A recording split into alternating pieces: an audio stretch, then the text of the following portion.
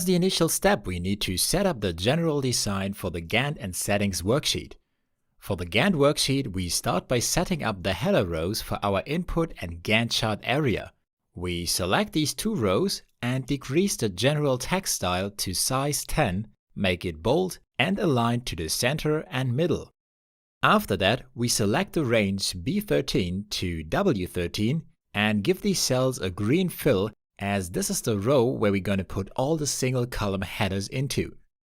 In the row above, we then create section names, starting with these first columns as the section for IDs, then the next 6 columns for the item details,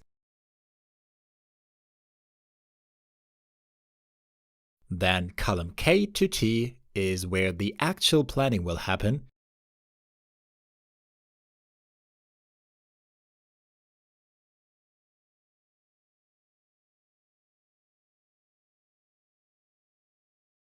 while the 2 following columns will be used to preserve a snapshot of the actual plan at a certain point of time. So we're going to call this base plan. For both these planning sections, we want to be able to document the dates of an update or the saving of a snapshot, and that's why we make use of these 2 additional rows here.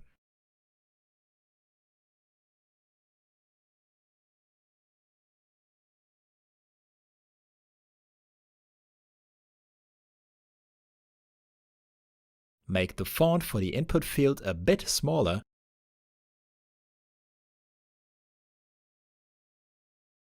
and just insert a placeholder date value for now. Same for the base plan section, and eventually let's add some light gray borders to the section cells.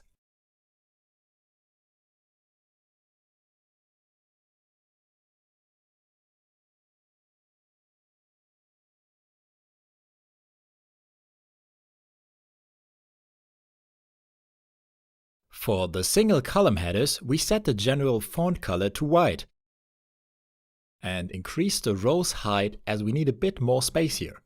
We start with naming the first columns here as ID, then SID for stage ID, and RID for role ID.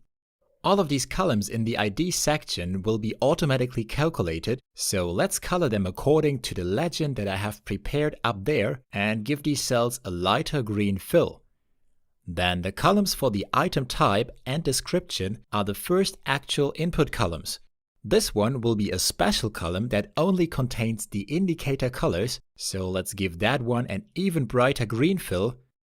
The next one is the column for the project roles, which will be automatically computed based on the team member selected in this column. And then as the final column in this section, we make use of the Unicode icons that I have prepared up there, and this one will be the one used to highlight issues that you have with any of your items. In the actual plan section, the most crucial columns are the last 2 ones, as these will be the calculated start and end date for every single item. These 2 columns will contain the most crucial formulas in this worksheet, and the start and end date calculation will always be based on 2 types of input. The first one is the number of required workdays for an item, and the second one is some sort of date. It can be either a manually entered independent start date, or an independent end date, or, and this is where the main power of this template will come from, a dependency connection to another item. Such a dependency connection will require a link to the other item's ID, based on which then some crucial information will be extracted in these 2 columns. And then we have one column to select the type of dependency connection, and one to potentially add a lag by which you want the item to be shifted forward or backward. For the best possible user experience, we group these date-related input columns together and make them collapsible. And finally, let's color the snapshot columns that will be used to preserve the start and end date, and make these two columns collapsible too.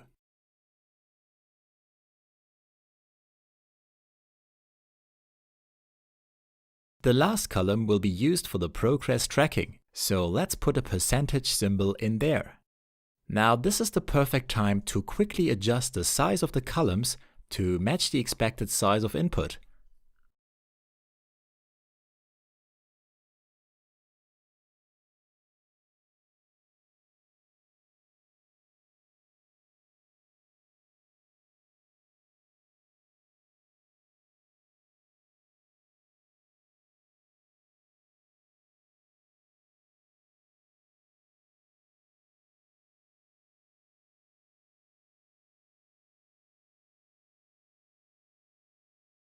And right after that, we can start creating the timeline area. For the timeline, we will create one dark blue row right here. And right above that, we're gonna select the cells across these 3 rows, set the fill to a light blue,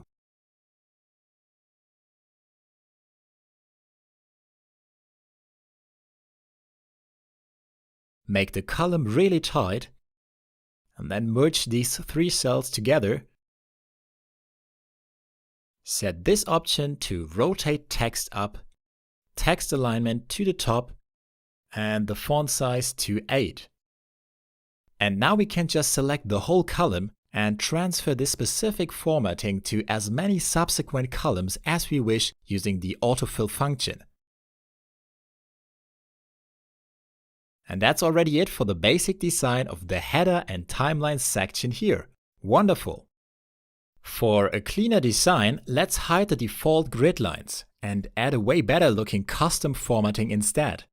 Initially, we want to visually separate the main sections, so let's hold the Ctrl key and select the respective sections, including the header rows and the number of content rows below.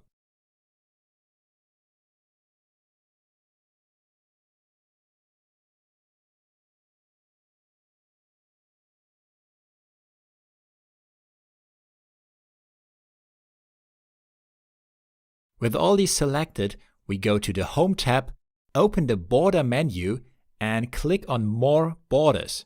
This will open this Format Cells window, in which we can now select a border color like this midlight gray, and then specify that we want to add a left and right border.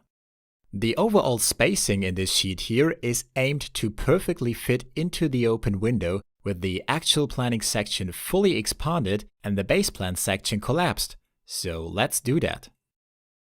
And then let's select the whole content area and add some horizontal row-wise borders with an even lighter gray.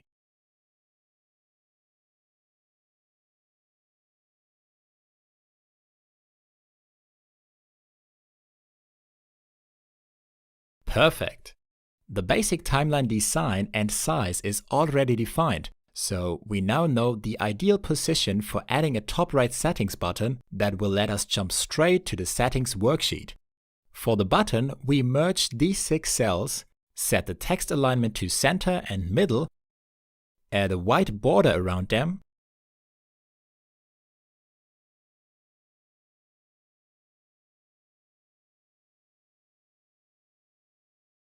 and label it Settings. After that, we right-click on it and click on Link, which opens this window. As we want to create an internal link inside of the workbook, we go to Place in this document and select the Settings worksheet. We can even define a target cell, so let's choose the cell in the settings sheet where we probably gonna place the button for jumping back to the Gantt sheet later. And eventually, I recommend to also define the screen tip, which is the text displayed when hovering over the button. The addition of this link to our button has automatically changed the text format here, so let's fix this and make the text bold, not underlined, and white. Now, with the current setup, only the text itself works as a link, but not the full merged cell area. But we can easily change that by activating the Wrap Text option. And now these merged cells perfectly function like we expect a button to do. We are redirected to cell X2 on the settings worksheet and gonna recreate a similar button that leads back to the Gantt worksheet. So we add the same white borders,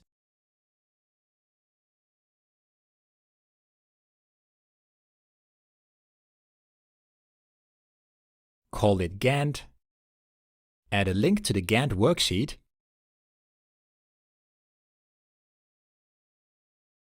cell BL2, then add a screen tip,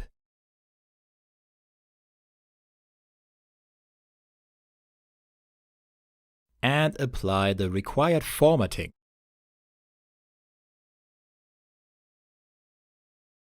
And now this works like a charm. We're just gonna increase the size a little bit. And there we go. The initial input section that we're gonna create in this settings worksheet will be for some basic project details.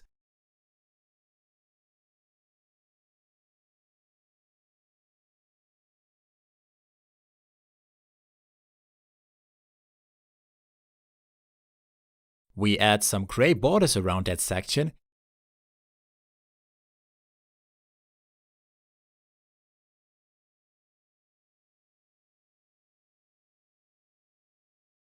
and adjust the column size so that we have 2 small columns on each side acting as padding and 2 large columns for creating some input fields. Let's also hide the grid lines on the whole worksheet for a cleaner look, and then create multiple input fields for the project title, the project manager, and potentially some additional information like, for example, project priority. We select all of these labels, make them bold, decrease the font size, and also add some indent and a light gray border.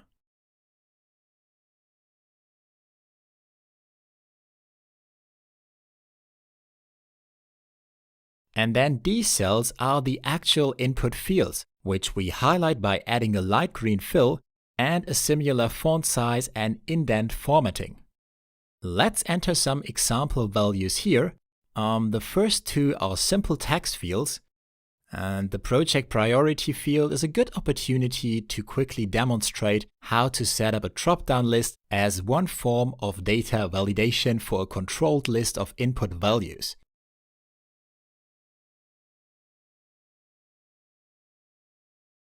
Beautiful.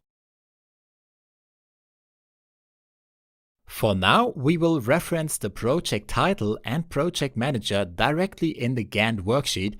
So let's replace this title with the input value from the settings worksheet.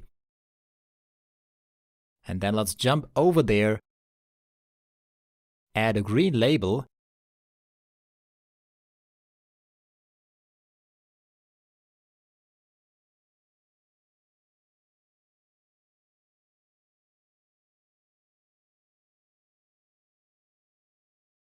and an absolute cell reference to the project manager input field.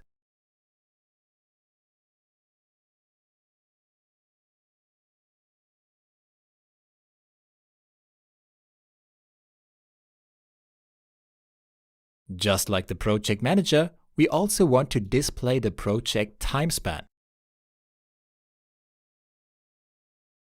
which includes the project start and end date, as well as the project duration.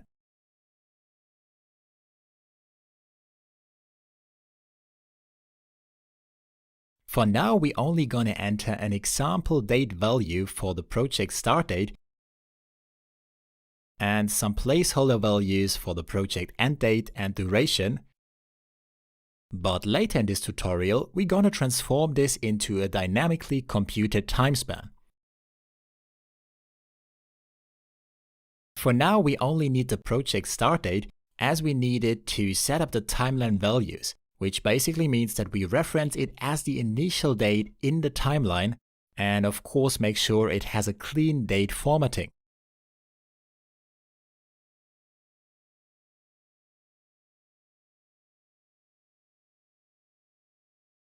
And then for the subsequent date in the timeline, we make use of the workday function, as we want to entirely focus on actual workdays. The workday function returns a date, which is a specified number of workdays after a given start date. So for the start date, we simply reference the initial date in the timeline, and as we just want to get the next workday here, we enter 1 for the number of days, and then copy over the date formatting. We can then fill all the subsequent cells in the timeline here with the exact same formula as we have used relative cell references. That looks pretty good. Then in the dark blue row below, we want to display the initial weekday letter of the respective date.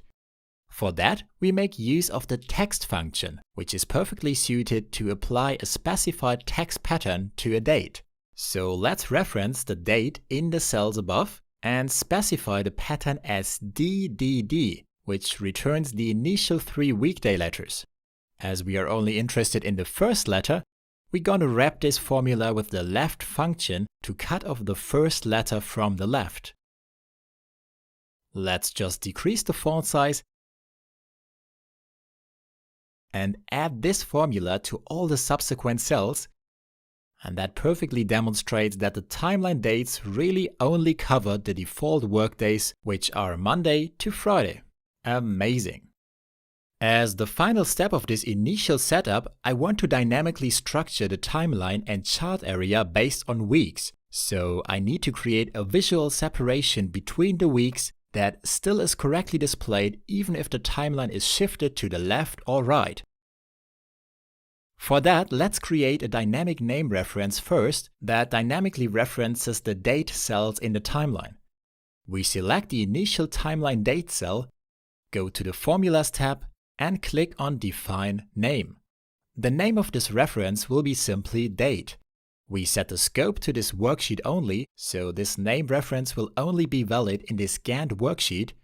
And then we click into the reference down below, which currently is an absolute cell reference with a $sign in front of both the column and the row. By removing this $sign in front of the column letter, this name will now dynamically reference the date cell in whatever column it is called from, while the row 10 is fixed. Let me demonstrate that. When we reference the name date from this cell, it references the date cell in the same column. And when we jump over here and reference the name date from this cell, it references the date cell of this column. In a similar manner, we can also create a name that always references the next date in the timeline. All you have to know is the reference you define in the formula below will always be relative to the cell that you had selected at the moment when you have opened the Define Name window. That means if we now not only remove the $sign in front of the column letter, but also change the column letter from X to Y, this name now always references the date cell in the next column. A quick test shows date references the same column date, while next date references the next column's date.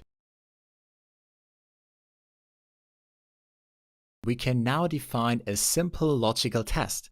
We check if the weekday of date is greater than the weekday of next date. With the simple workday focused setup that we have in our timeline, this expression should always be true, or when multiplied with 1 it should be 1, for all the cells for which the date in the timeline is a Friday. And once we add that formula to all the cells in this row, this proves to be true. So now we can make use of this expression to dynamically structure the timeline and Gantt area using a conditional formatting rule.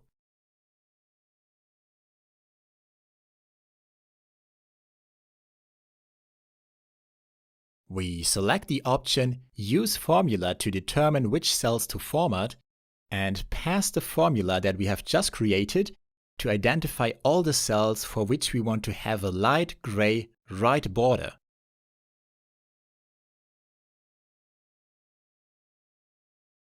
That's all we need. We confirm, and as you see, not only does this beautifully add a week-based structuring to this area, but it also works no matter what the start date is. And it would even work if you decided to define custom weekend days or to consider holidays in your Gantt chart.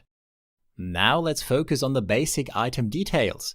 Before we get into setting these up, let's just make this row here really small to use it as a separator between the header and content. And in addition, let's also set the font size for the whole input area to 10. One of the most crucial input columns is the type selection, as this will decide whether the item is a stage, a task, or a milestone. As we want the user to be able to select from these options, let's create a drop-down list by opening the data validation window, selecting list, and then manually entering the three values S for stage, T for task, and M for milestone. That way we can now quickly select any of these potential type values, and to make this drop-down selection available in each row, we use the autofill handle and simply drag it down. Let's set the text alignment to center, and now we are ready to enter some example items here. So we quickly set up one stage that is called planning, with a few task items and a final milestone.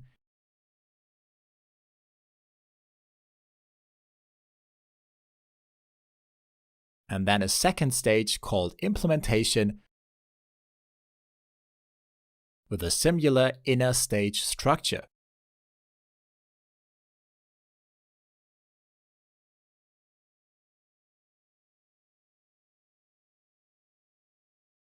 As we need to use the values in the type column in some follow-up calculations, let's make that easy to reference by creating a dynamic name reference called type.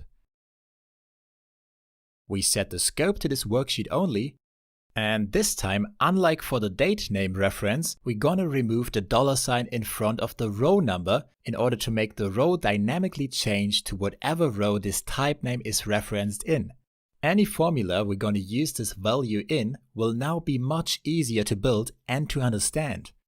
Let's use this to add a row-based visual structure to the Gantt worksheet that dynamically adjusts based on the item type selected in each row. At first, we select the whole Gantt range and add a new conditional formatting rule that is applied in every cell for which the type value in its row equals S. That means we want to particularly highlight every stage row by setting the font style to bold and adding a mid-gray border at the top and bottom.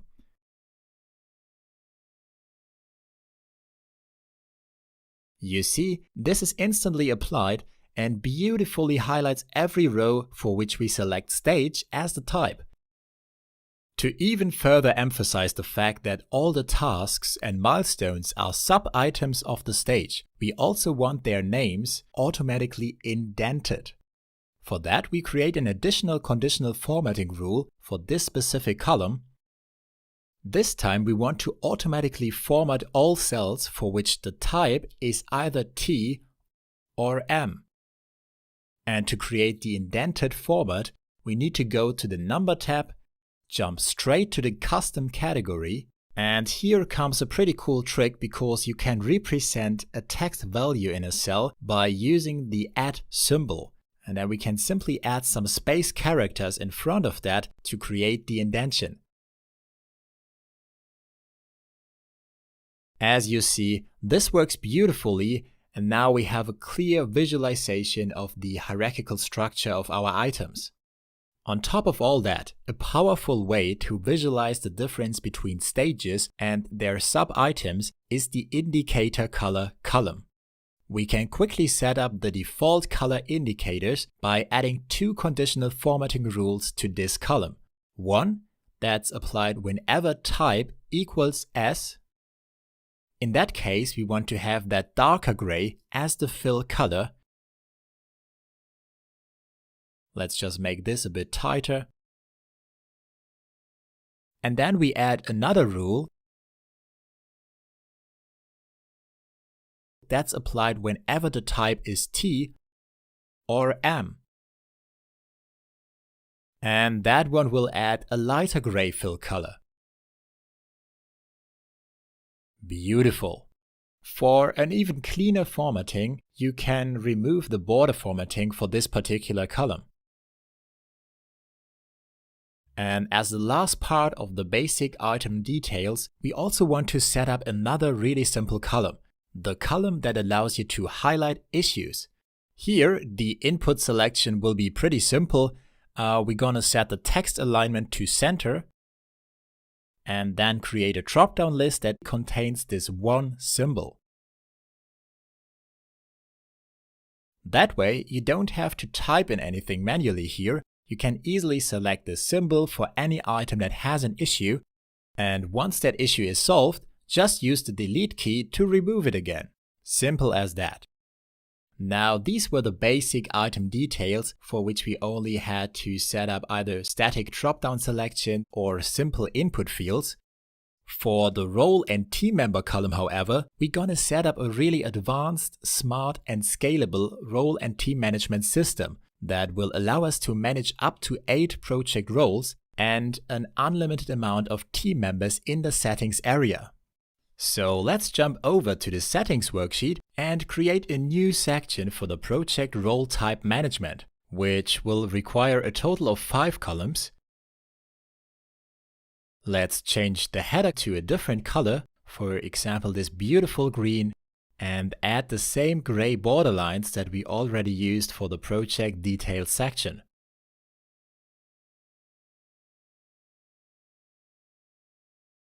Then we adjust the size of these columns to have a right and left padding and a bit more space for the input columns. Since we want to create a list in here, we need column headers for which we can simply copy over one of these labels and change the text. The first column will be for the role name, and I prefer the text to be aligned to the middle and center. Then we can just duplicate this using the autofill function and change the other headers to code, which is the column to put in a short code that represents the role, and the hash symbol for the column in which we will be automatically counting the number of team members assigned to this specific role. The role and code column are simple text input columns.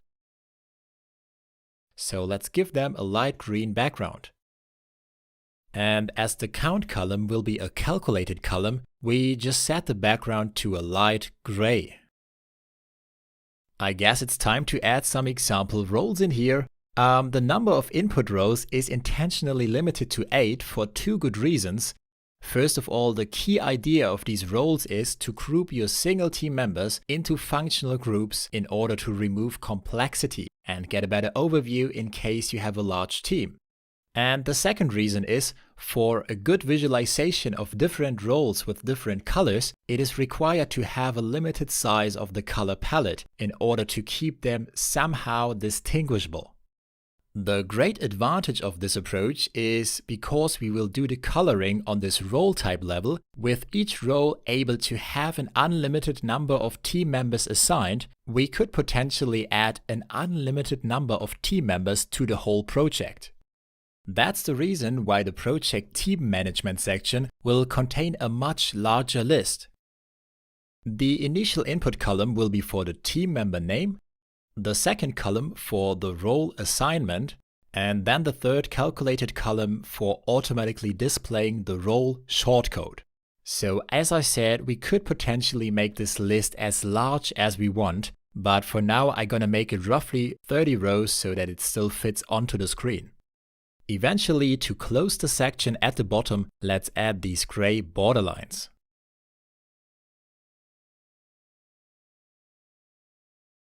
The name column just requires simple text input. But for the assigned role column, we now want to grab all the defined roles from the other section and make them available in a drop-down list. The important thing here is we want this drop-down selection to always display only exactly those values that are defined, but not the empty cell values. To create such a dynamic range reference that grows and shrinks based on the number of non-empty cells in a range, we can make use of the offset function. For those of you who are not familiar with this powerful function, I quickly demonstrate it here. The offset function always returns a range that starts at a starting reference. Then we could add a row or column offset, which we don't need in our case, but we need to define the height dynamically by counting the number of non-empty items in the maximum possible range. And for that we can use the count_a function. As you see, this perfectly returns a dynamic array with exactly all those non-empty values. And once I add another entry, the array grows accordingly. And when I remove it, the array shrinks again. We can now use this formula directly to define a data validation drop-down list. So let's open the data validation window, select list, and then for the source we use the offset function with a starting reference, then skipping the next two arguments, and then defining the height as the number of non-empty items in that range. As you see, exactly those 5 roles defined are now selectable here in every row. When we remove an entry, the drop-down selection adjusts accordingly, which is simply amazing. Eventually, for the code column here, we want to automatically display the respective shortcode based on the selected role. For such a task, Excel offers a wide range of lookup functions, but the go-to formula that I prefer and recommend is the good old index match. For those of you unfamiliar with this formula, the index function requires you to select a range from which you want a value to be returned. And then to allocate a specific value in this one column range, the second required input is a row number. And in order to get the correct row number, we can use the match function, which simply looks up a lookup value, in our case that is the assigned role, in a lookup array, which is the role column here, and it has to be an exact match. So the match function returns the correct row number for the index function, which then returns the correct shortcode. Simple as that. Now let's see what happens once we add this formula to the row below. We get an NA error, as no role is selected here. Now as this doesn't look too pretty, let's catch this error by wrapping the formula with the if NA function, which allows us to return an alternative value in case this error occurs. Now we can add it to all the other rows and also add some additional team members.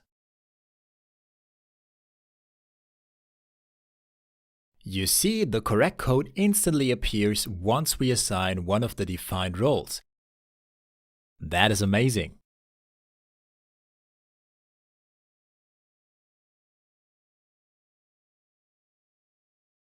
The final column that we have not taken care of so far is the column to automatically count the number of team members assigned to each role. And for this one, we first check if the role cell is non-empty, because otherwise there's obviously nothing to count. And in case it is non-empty, we use the count_if function to count the number of values in that role range that equals the role defined in this list. Otherwise, we simply return an empty text string. We add this formula to all rows and instantly have an overview about the role distribution. Whenever we now add a team member and assign a role, this count is updated correctly, which is great.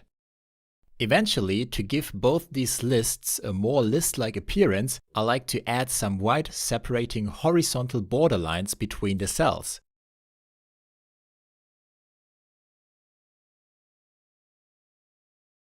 That looks pretty good.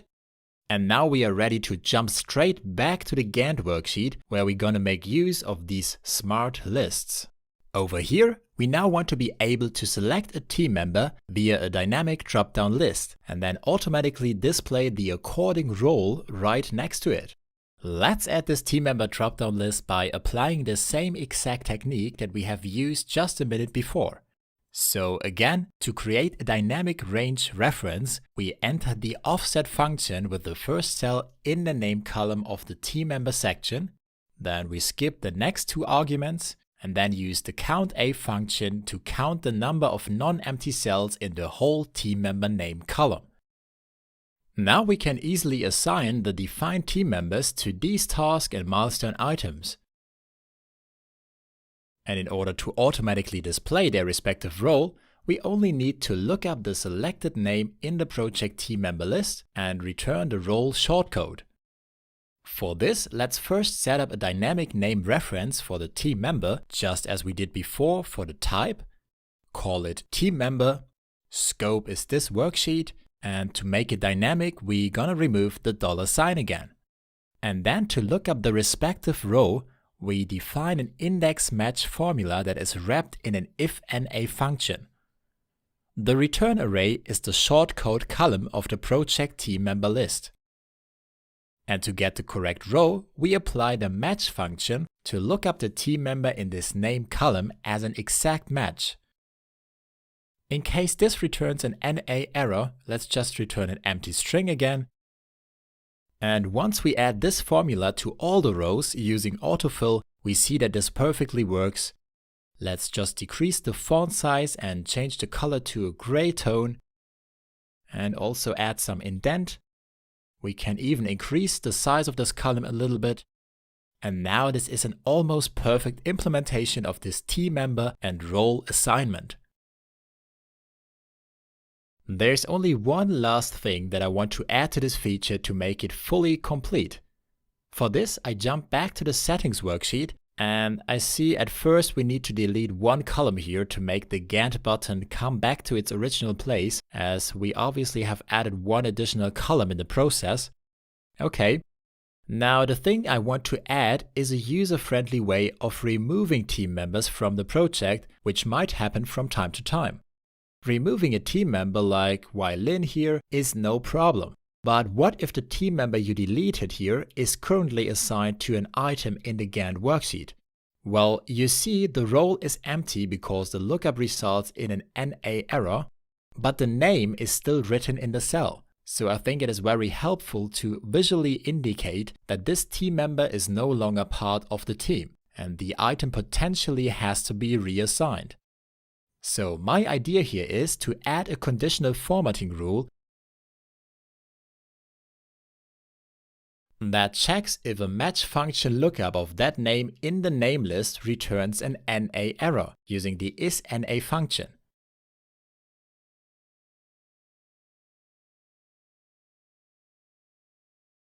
And if that is the case, we change the font color to a warning red. Exactly like this. So now when we add this team member back to the list, there is no warning. And once this team member is removed again, we get the indication that we might need to reassign this item. Amazing! Now that we have set up the full item details section, let's start implementing the basic manual planning with independent start or end dates. The most crucial columns for the actual plan will be these two calculated columns for the start and end date, because all the date-related visualization in the chart area will be based on these two columns. The reason why the start and end date need to always be calculated is that we're gonna have different input options. As previously mentioned, the calculation of the start and end date will always be based on two inputs. One input is the number of required workdays. And the second input is either an independent start date, an independent end date, or a dynamic start or end date that is dependent on another item. Of these two calculated start and end date columns, one will always be defined directly from the date section, and then the other one will be calculated based on that and the defined number of workdays. Before we start setting this up, let's make sure that all the date columns, including the base plan columns, have the same clean date format.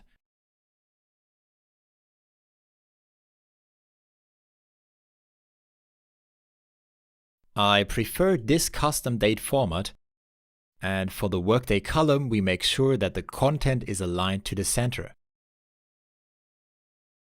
Let's start with setting up the simplest of all options, which is providing an independent start date and the number of required workdays. In order to make these cell values easy to reference in other formulas, we define dynamic name references for the independent start date Always keep in mind to remove the $ in front of the row number. And then we do the same for the workdays.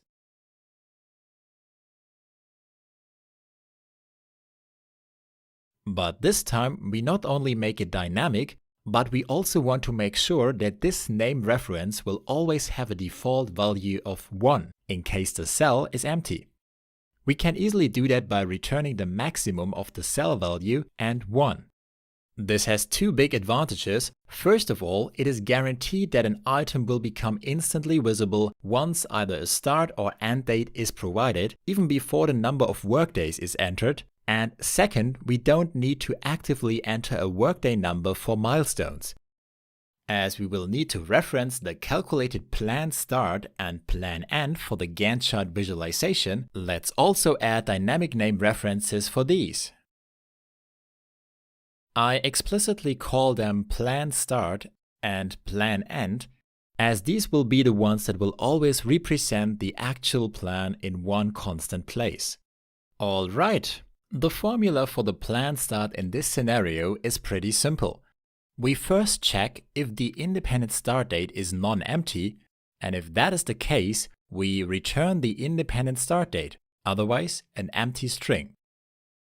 So this is the date directly taken from the input section, while the plan end date has to be calculated based on the plan start and the workdays. In a similar manner, we also check if int start is non-empty, because only then the plan start is also non-empty. And then we're gonna make use of the workday function, put in the plan start as start date, and add the workdays -1. So in this example, 9 workdays to this plan start. The reason why we have reduced this number by 1 is that the plan start date is already one of these 10 workdays, so the plan end date is only 9 workdays later. The alternative value in case int start is empty is again simply an empty string. Let's do a quick check if the calculation is correct by looking at the timeline. As you see, the 10th to the 21st of May are exactly a 10 workday time span, so it works correctly. When we take a closer look at this formula, there are two crucial things we always have to keep in mind. First, every time we calculate one of these plan dates by adding or subtracting the workdays from the other date, it is crucial that we're gonna reference the other calculated plan date and not the input date, like int start in this case, directly. Because otherwise we're gonna end up creating circular references at some point. And the second aspect to consider, as both these formulas will get a lot more complex over time and also gonna reuse certain calculations, it is advisable to transform all sub-calculations in here into what I call named calculations. What that means is that instead of entering these sub-calculations directly into the formula itself, we're gonna create names for them in the name manager,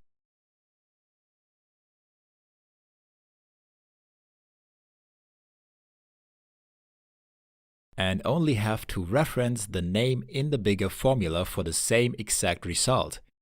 That not only makes the bigger formulas easier to read and the sub-calculations reusable, but also allows us to manage and potentially adjust each sub-calculation at one central place in the name manager. Now let's use this to manually set up the schedule for the tasks and milestone of this stage. As you see, as soon as we have entered the independent start date, the plan start and plan end are instantly displayed as the workday's value is set to 1 by default. And for the milestone, we only need to enter the independent start date and can leave the workday cell empty because we want the milestone to start and end on one particular date. Perfect! With this example schedule set up, we can now create the default visualization in the chart area right below the timeline. We have all the information prepared that we need to decide if an item is within its plan in a given cell, because we now know what the plan start is, what the plan end is, and what the respective date in the timeline is. These name references work correctly from every cell in this chart area, no matter which one you take. To figure out if a cell should display something or not, all we need to do is check if the date is within the planned time span. So if the date is greater equal the planned start and smaller equal the planned end. This formula returns either true or false, and for demonstration purposes, let's display that as either a 1 or a 0 by multiplying it with 1. We can use the autofill handle to add this formula to the whole row, and as you see, this displays a 1 in each cell belonging to the defined planned time span. When we add this to all the rows, we can verify it works perfectly for all the defined items. Amazing! For this formula again, it makes sense to transform it into a named calculation. So let's copy it and create a new name that is called item in plan. Set the scope to this worksheet and paste the formula. It is simple as that. Now we can replace this formula and have one short expression that works in every cell of this Gantt chart area. And that is all we need to implement the default visualization. One big goal of this template is to have the stages, the tasks and milestones all differently visualized. And while the stages and tasks can be perfectly visualized using a cell color fill without any written cell content, we want the milestone to display an actual milestone symbol. For that purpose, I have prepared two Unicode icons, this one for an open and this one for a completed milestone. And for now, this symbol for the open milestone has to be somehow written into the cell. So let's copy over this Unicode icon and start building the milestone visualization as an in-cell formula. In the formula, we only have to check two conditions that have to be true. First, the type has to be a milestone, and the item has to be in plan in this cell. If that's the case, we just print this milestone symbol, otherwise an empty text string. Let's add this formula to the full range. We instantly see the milestone symbol is printed on the correct day. And in addition, we're going to align the cell content to the middle and center and slightly increase the font size. Perfect!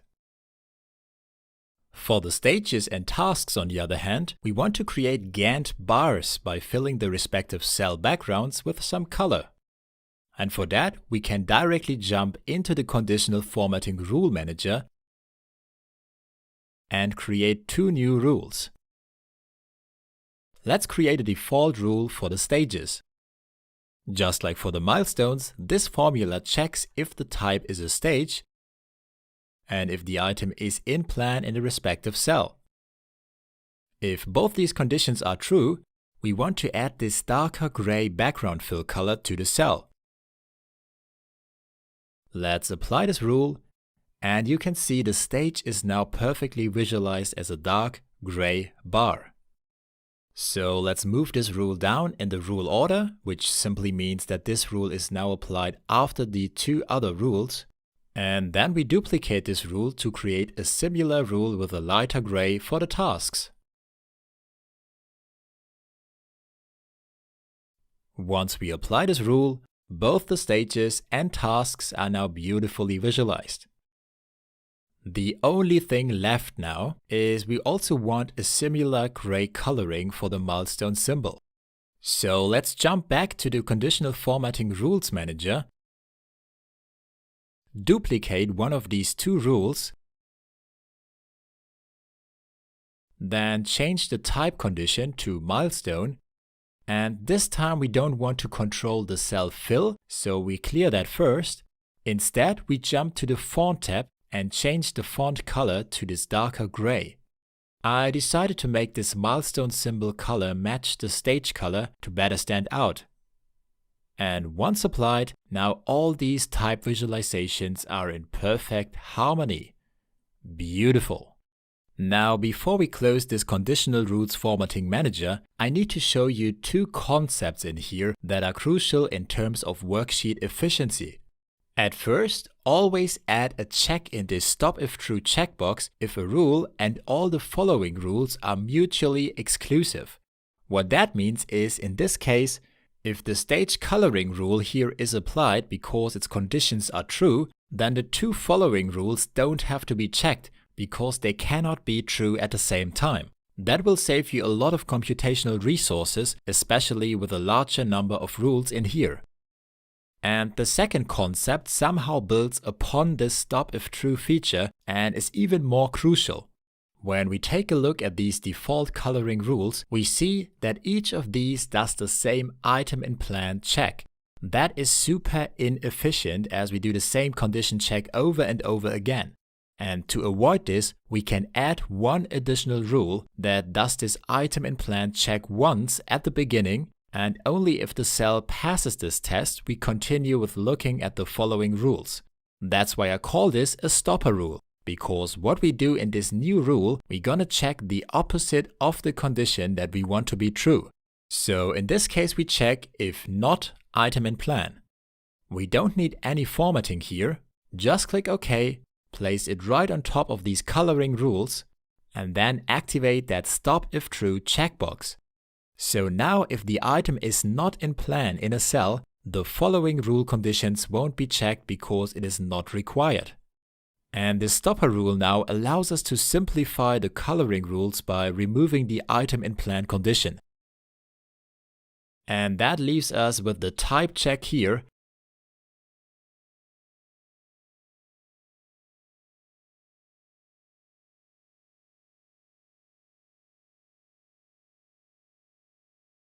And now this whole setup is super efficient and we are perfectly prepared for scaling this with some additional coloring rules later. Great! Now that we have set up the default visualization, let's take a look at the other manual scheduling option, which is instead of entering an independent start date and doing a forward scheduling, entering an independent end date and doing a backward scheduling. Let's reproduce the same exact time span for this stage by entering the end date that is calculated in the plan end cell at the moment, which is the 21st of May. At the moment, the plan start and plan end formulas are only able to work with the independent start date input, and that's why they now show nothing but an empty cell and the visualization is also gone. But we're gonna change that in a second. First, we're gonna create a dynamic named reference for the int end date.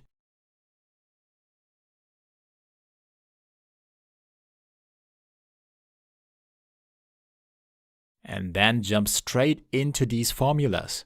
This time we start by modifying the plan end formula at first. Instead of returning an empty string if int start is empty, we now continue with a second if statement that checks if int end is non-empty. Because if that is the case, we want to directly get the value of int end, and only otherwise we're gonna return an empty text string. That works like a charm, so let's also update the formula in the other rows of that column. And as you see, this time the plan start has to be calculated backwards based on the plan end. So let's add the same logic here. First, checking if int end is non-empty. And if that is the case, use the workday function. Put in the plan end as the start date of that calculation and then add a negative number of workdays. So we multiply the workdays by -1, and since the end date is already one of these 10 workdays, we have to add 1 again to make it only go back 9 workdays. And otherwise, if int end is empty, we just return the empty text string. We now have successfully reproduced the exact same time span that we had before. So again, let's take that sub-calculation and create a new named calculation that we call plan start calculation.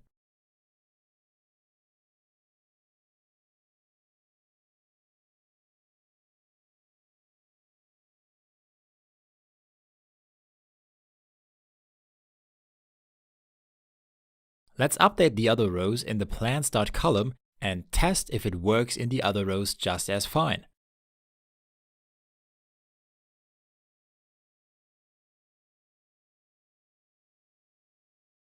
And as you see, we can easily recreate these time spans by providing only independent end dates. That's amazing. We have intentionally implemented both these formulas for the plan end and plan start using a hierarchical logic.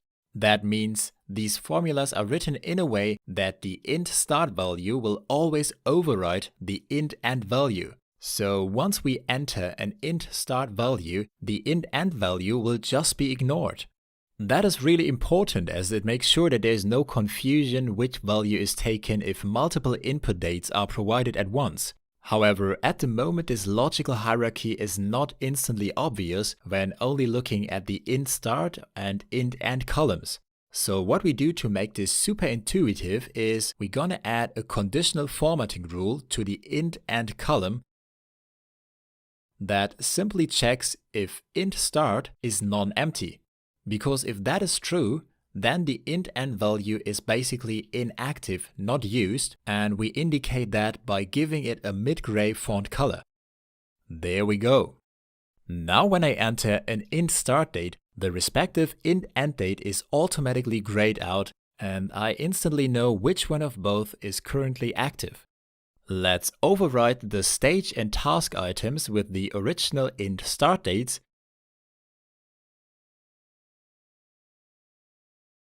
leave the milestone defined via the int end date, and then we quickly set up a plan for the second stage with the stage and the first task using a forward scheduling,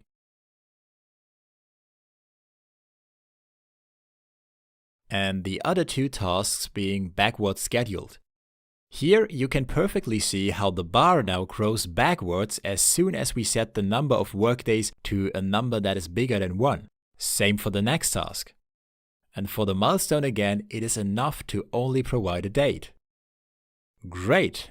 Now it's the perfect time to show you how you can quickly automate the stage calculations and visualization based on its items. As we have no intention to override the calculated plan start and plan end formulas, the clean approach here is to work with some simple formulas in the input section. For that, I have prepared two standardized placeholder formulas that are super easy to use. All you need to do is copy this formula into the int start cell of a stage, and then replace this placeholder with the planned start range of the items in that stage. And in the same manner, we can dynamically calculate the number of workdays using this placeholder formula, which references the planned start and then calculates the net workdays between this planned start and the maximum of these items' plan end dates. We are now free to change any of these task or milestone schedules. The stage time span will always be automatically updated. That is amazing, but I think the usage of formulas in these input cells somehow makes it necessary to highlight an input cell whenever a formula is used. So for that, let's add a new conditional formatting rule to that int start column that checks if the cell contains a formula.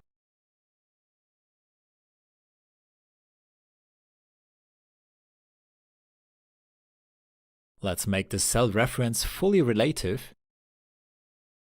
And the formatting I think that makes sense in this case is this strong blue font color, because this is a color that we are commonly familiar with from links, for example from websites or documents, and in a way these formulas link to other cells. Let's also include the workdays column into this rule, and that makes these formula inputs clearly distinguishable from regular input. Once we have used such an auto-stage formula in one stage, we can simply copy it over to another stage since the range reference is relative. It just perfectly covers all these included items directly. In case you have a different number of items in that other stage, all you need to do is adjust this referenced range with your mouse and you are good to go. And the same for the auto-stage workday formula. What is really amazing about this general setup We can now collapse the date input columns and have the workdays as key information still visible.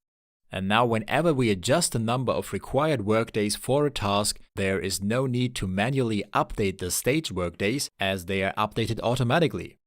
As this auto-stage workdays calculation is not simply adding up all the workdays of its items, but actually computing the maximum time span of all items, it is fully able to handle whenever items overlap within that time span. Eventually, while for the auto-stage workdays it makes sense to display the actual number, I think for the auto-stage int start value, we can make it even more obvious that this is not a real int start date by adding an additional rule that only focuses on this column and is also limited to stage rows only. So whenever a cell is in a stage row and is a formula,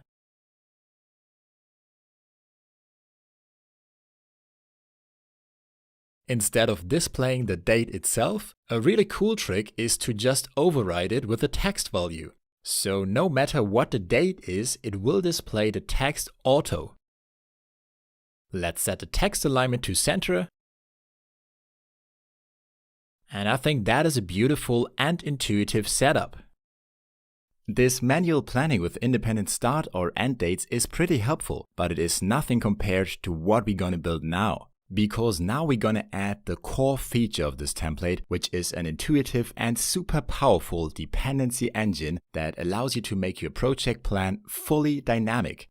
We're gonna implement all 4 possible types of dependency connections that you can have between items, so this step will transform this Gantt chart from a good-looking project visualization tool into a professional project planning tool. This right here is the section that will allow you to quickly create all kinds of dependency connections between items. We're gonna build up the whole dependency logic based on the second task P2.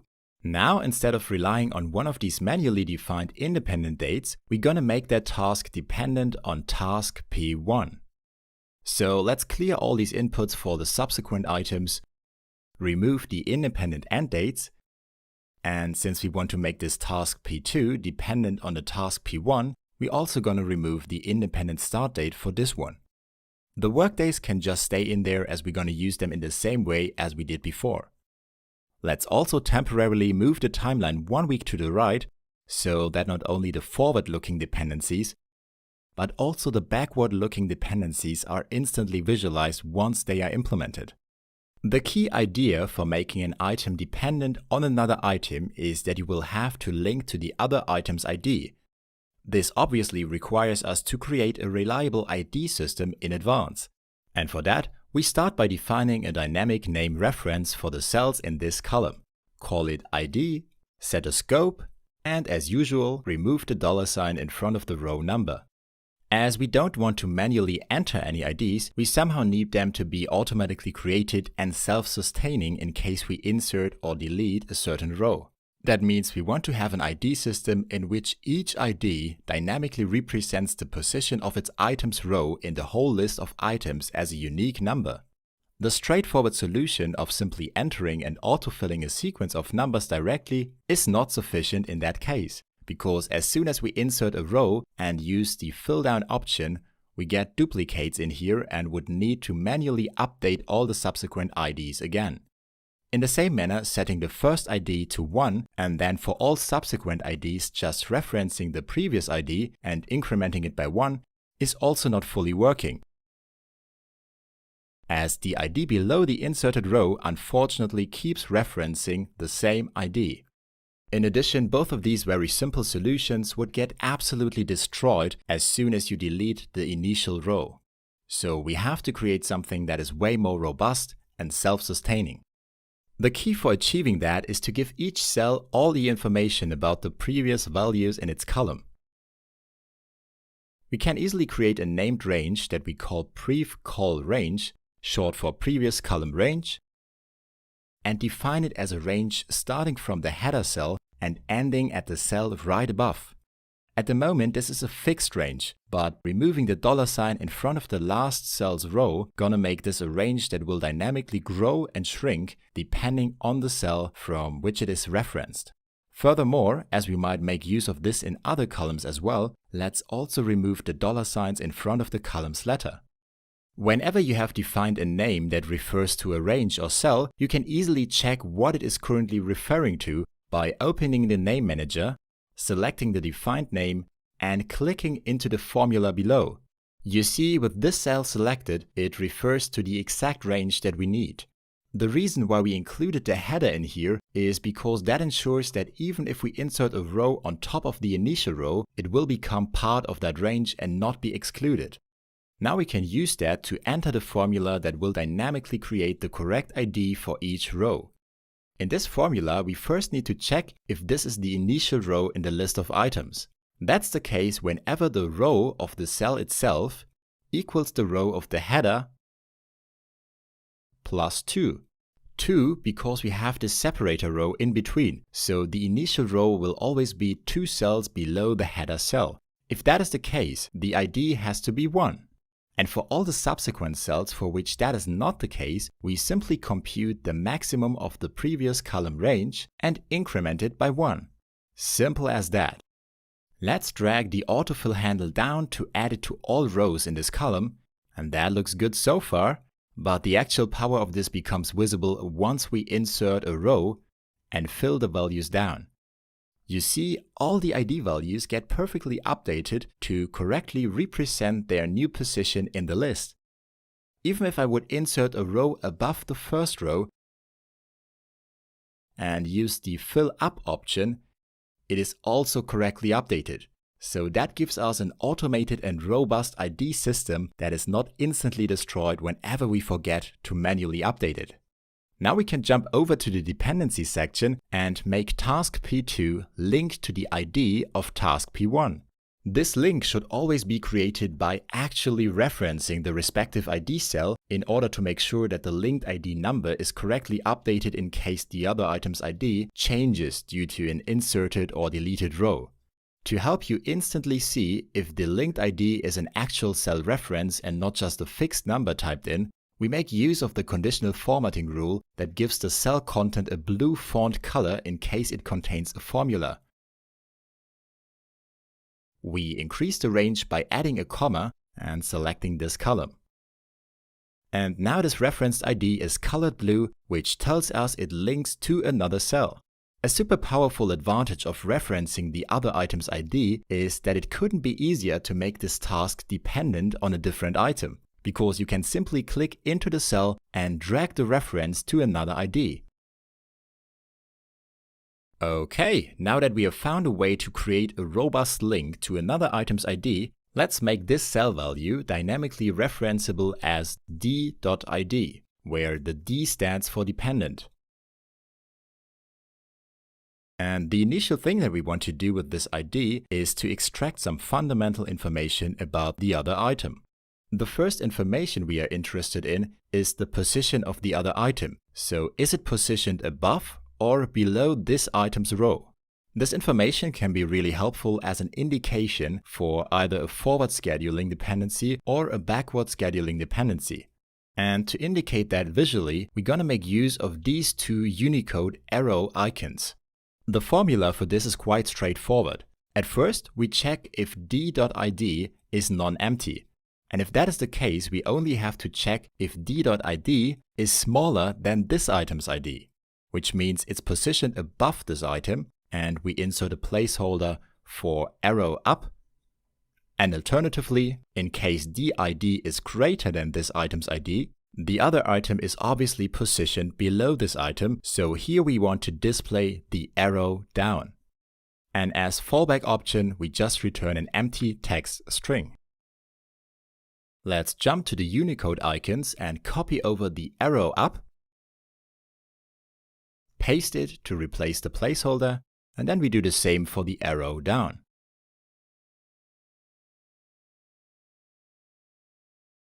Perfect! Let's also decrease the font size, set the text alignment to center, and adjust the size of the column. And that gives us a beautiful indicator for the position of the linked item. In the next column, we want to automatically display the type and name of the linked item. This is a classic lookup problem, so we can use the match function to look up DID in the ID column to get the correct row number, and then use the index function to return the respective value from either this or this column. As we're gonna need the row number of the other item at multiple occasions, let's just start with the match part and make it a named calculation. For the lookup value, we pass d.id. Then for the lookup array, we can pass the whole column B as an absolute reference with $signs, and we need to have an exact match. This returns 16 in this example, which indeed is the row number of the linked item. So let's copy that formula and transform it into a named calculation that we call d.row.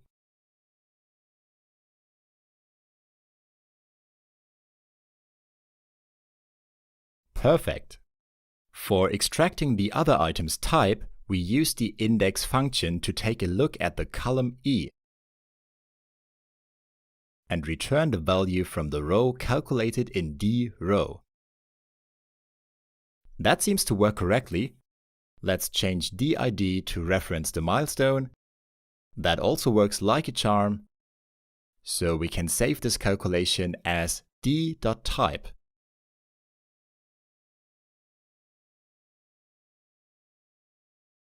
And for the linked item's name, it's basically the same approach. Let's call it d.name. Paste the formula we just used and replace column E with column F. Now we have both these information about the other item available as a named calculation. Let's also decrease the font size a bit and change the font color of all these information to this dark gray to show these are secondary lookup information. And now we can create a concatenated string that contains dtype in brackets,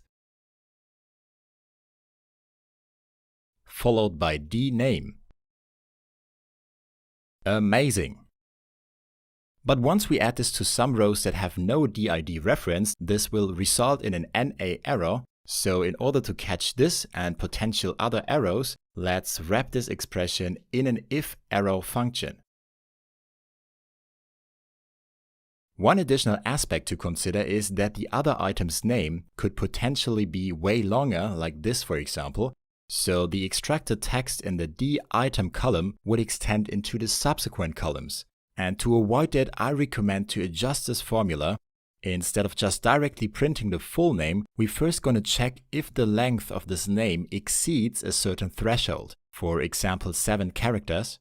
And in case it really exceeds that threshold, we're going to apply the left function to extract the first threshold number of characters, so in that case 7, followed by some dots. And otherwise we can simply print the full name. So now this long name is cut off at exactly that threshold. And once we increase the column size a little bit, everything now perfectly fits in. And as soon as that threshold is not longer exceeded, the dots disappear correctly and we have the full name displayed. Perfect! Let's do a final test for the whole D item output by changing the referenced ID once again. And the information we get are exactly those that we expect to see. Great! Let's move on to the heart of the dependency engine, which is the selection of the type of dependency connection we want to have.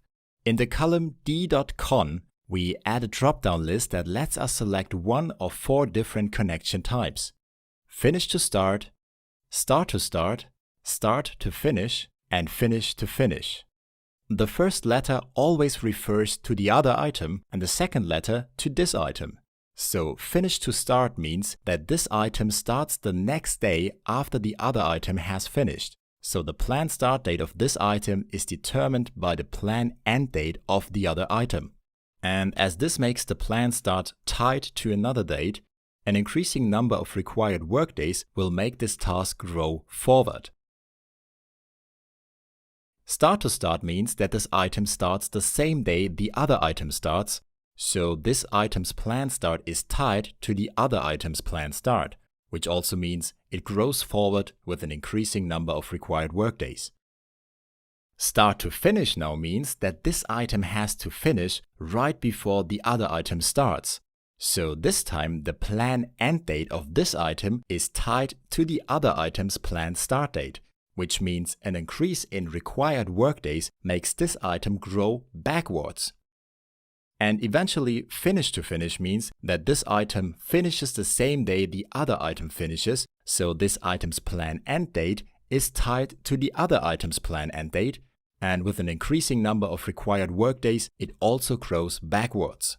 A great way to provide some basic information and instructions for an input column like this is to select the header cell, then open the data validation window without adding an actual data validation.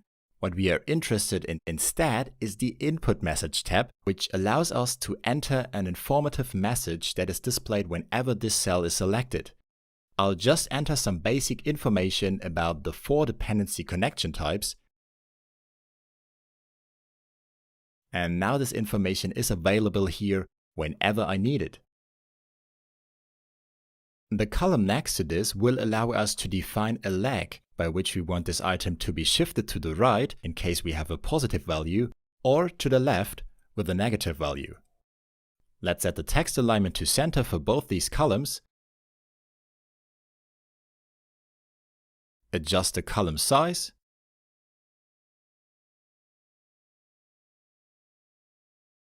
And create a dynamic name reference for both these columns.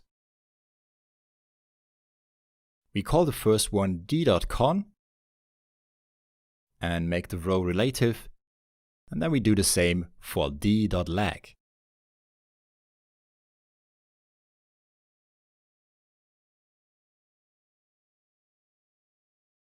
With this, we now have all the values and information available that we need to make this dependency logic part of the plan start and plan end formula. I hope you remember the hierarchical logic that I talked about earlier, which basically was that both the plan start and plan end formula always start by taking a look at the int.start value, and only if that cell is empty, they consider the int end value, and only if that cell is also empty, they will now consider the dependency section and do the date calculations based on what is in here. So let's start with the plan start formula and replace this empty string with a completely new expression. What we need to do first is to check if d.id is non-empty. Otherwise, there is nothing that could be calculated here. And in case it is non-empty, then we can take a look at what connection type is selected. For the plan start formula, we are only interested in those dependency connection types that will make the start date tied to the other item. The first one of these is the classic finish to start dependency. In that case, you want to do the respective calculation, for which we simply enter a placeholder for now. And alternatively, if the selected dependency connection type is start to start, we want to do the respective start to start calculation. In case it is one of the other 2 dependency connection types, then we know that the plan end date will be tied to the other item's date, and we need to do the backward calculation based on the plan end date and the number of required workdays. And guess what? This is something that we have already defined as the plan start calculation. What a great coincidence! Now we only have to close these brackets for the last 2 if statements, then provide a fallback value in case did is empty, and eventually close that bracket as well. For now, with finish to start or start to start selected here, the respective placeholder appears correctly, and once we select one of the other 2 types, we get this value error because right now the formula assumes that the plan end date is already available, which is not the case yet. To catch these errors in general for this huge formula, let's wrap it inside an if error statement just to make sure it will always display an empty string in such a case. For the plan end formula, we're gonna implement the same exact pattern. Instead of returning an empty string here, we first go to check if d.id is non-empty. And if that is the case, we now check if d.con equals one of the other 2 dependency connection types, which are start to finish and alternatively finish to finish.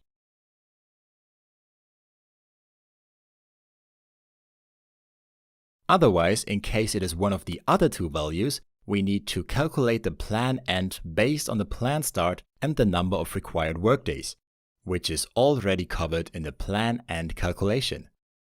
Let's close both these if statements, enter a fallback value in case d.id is empty, and we can also directly wrap the whole formula in an if error function to catch potential errors.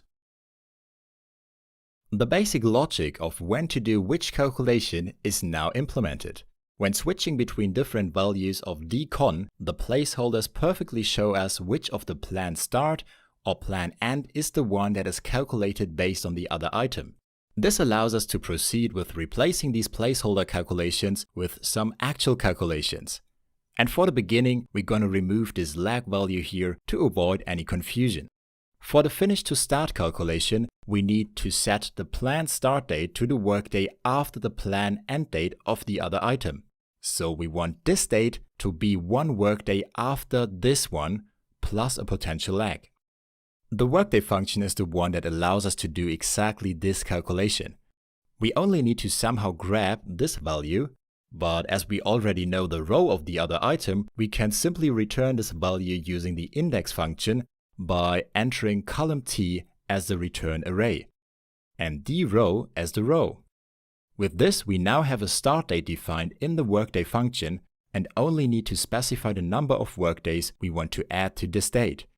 As for this finish to start dependency connection, we are looking for the next workday plus a potential lag. We're going to enter 1 plus d.lag and close the workday statement. At first glance, it seems to perfectly work. The plan start is correctly calculated, and thus also the plan end can be calculated based on the plan start and the workdays. When we add a lag to this dependency connection, the second task is shifted to the right or to the left accordingly. And the most important aspect, when we change the duration of the first task, the plan dates of the second task are updated correctly, so that the second task always starts right after the first one has finished. Perfect! For the start to start calculation, we can now simply copy over that formula, as we only need to do some tiny adjustments. For this one, we want both items to start together, so this time instead of grabbing the other item's plan end date, we now need to grab the other item's plan start date from column S. And for the days argument, we're gonna remove the 1, because by default it now is not the next but the same day that we want to have, and we only want to shift it by a potentially given lag. When we now make this a start to start dependency connection, both items perfectly start together. Changing the other item's duration in this example has no impact, but changing the other item's independent start date makes both perfectly move together. For a better maintainability and less complexity in this huge formula, let's transform both these expressions into named calculations. The first one will be called fs calculation.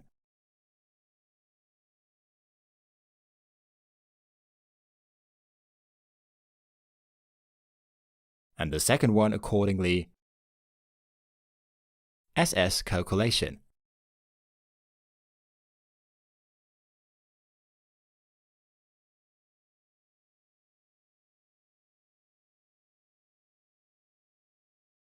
And that way we have now transformed this huge amount of calculation logic and functionality into a relatively small and understandable set of commands.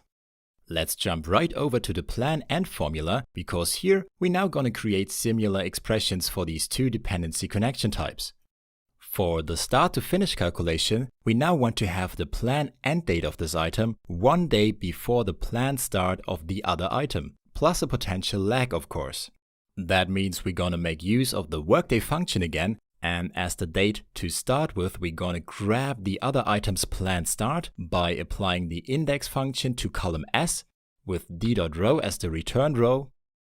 And since we want to calculate the workday right before that date, we add -1 this time, plus the potential value in dlag. Let's close that statement, hit enter, and change the dependency connection to start to finish, and it works like a charm. When we change the start date of the other item, both items perfectly stay tied together through this connection. And also adding a positive or a negative lag works just like it should. Eventually, for the finish-to-finish dependency connection type, let's copy over this expression. And you probably already know the adjustments we're gonna make. We're gonna remove the -1 and grab the other item's date from column T instead of column S, as we need the plan and date. That way, both items now will finish together on the same day, but potentially shifted by a given lag. This also works as it should. Now both plan and dates are dynamically tied together. Adding a lag value also produces the wanted result. And now we can transform both these new expressions in the plan and formula into two named calculations. The first one called SF calculation,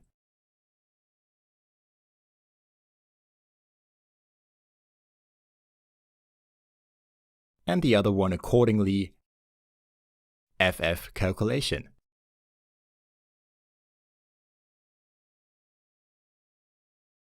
Let's insert these named calculations instead of the full formulas and do a final checkup if everything still works correctly. That looks pretty good. In this whole dependency logic, there is only one thing that we haven't considered so far, and that is what if no dependency connection type is selected, so the cell here is empty.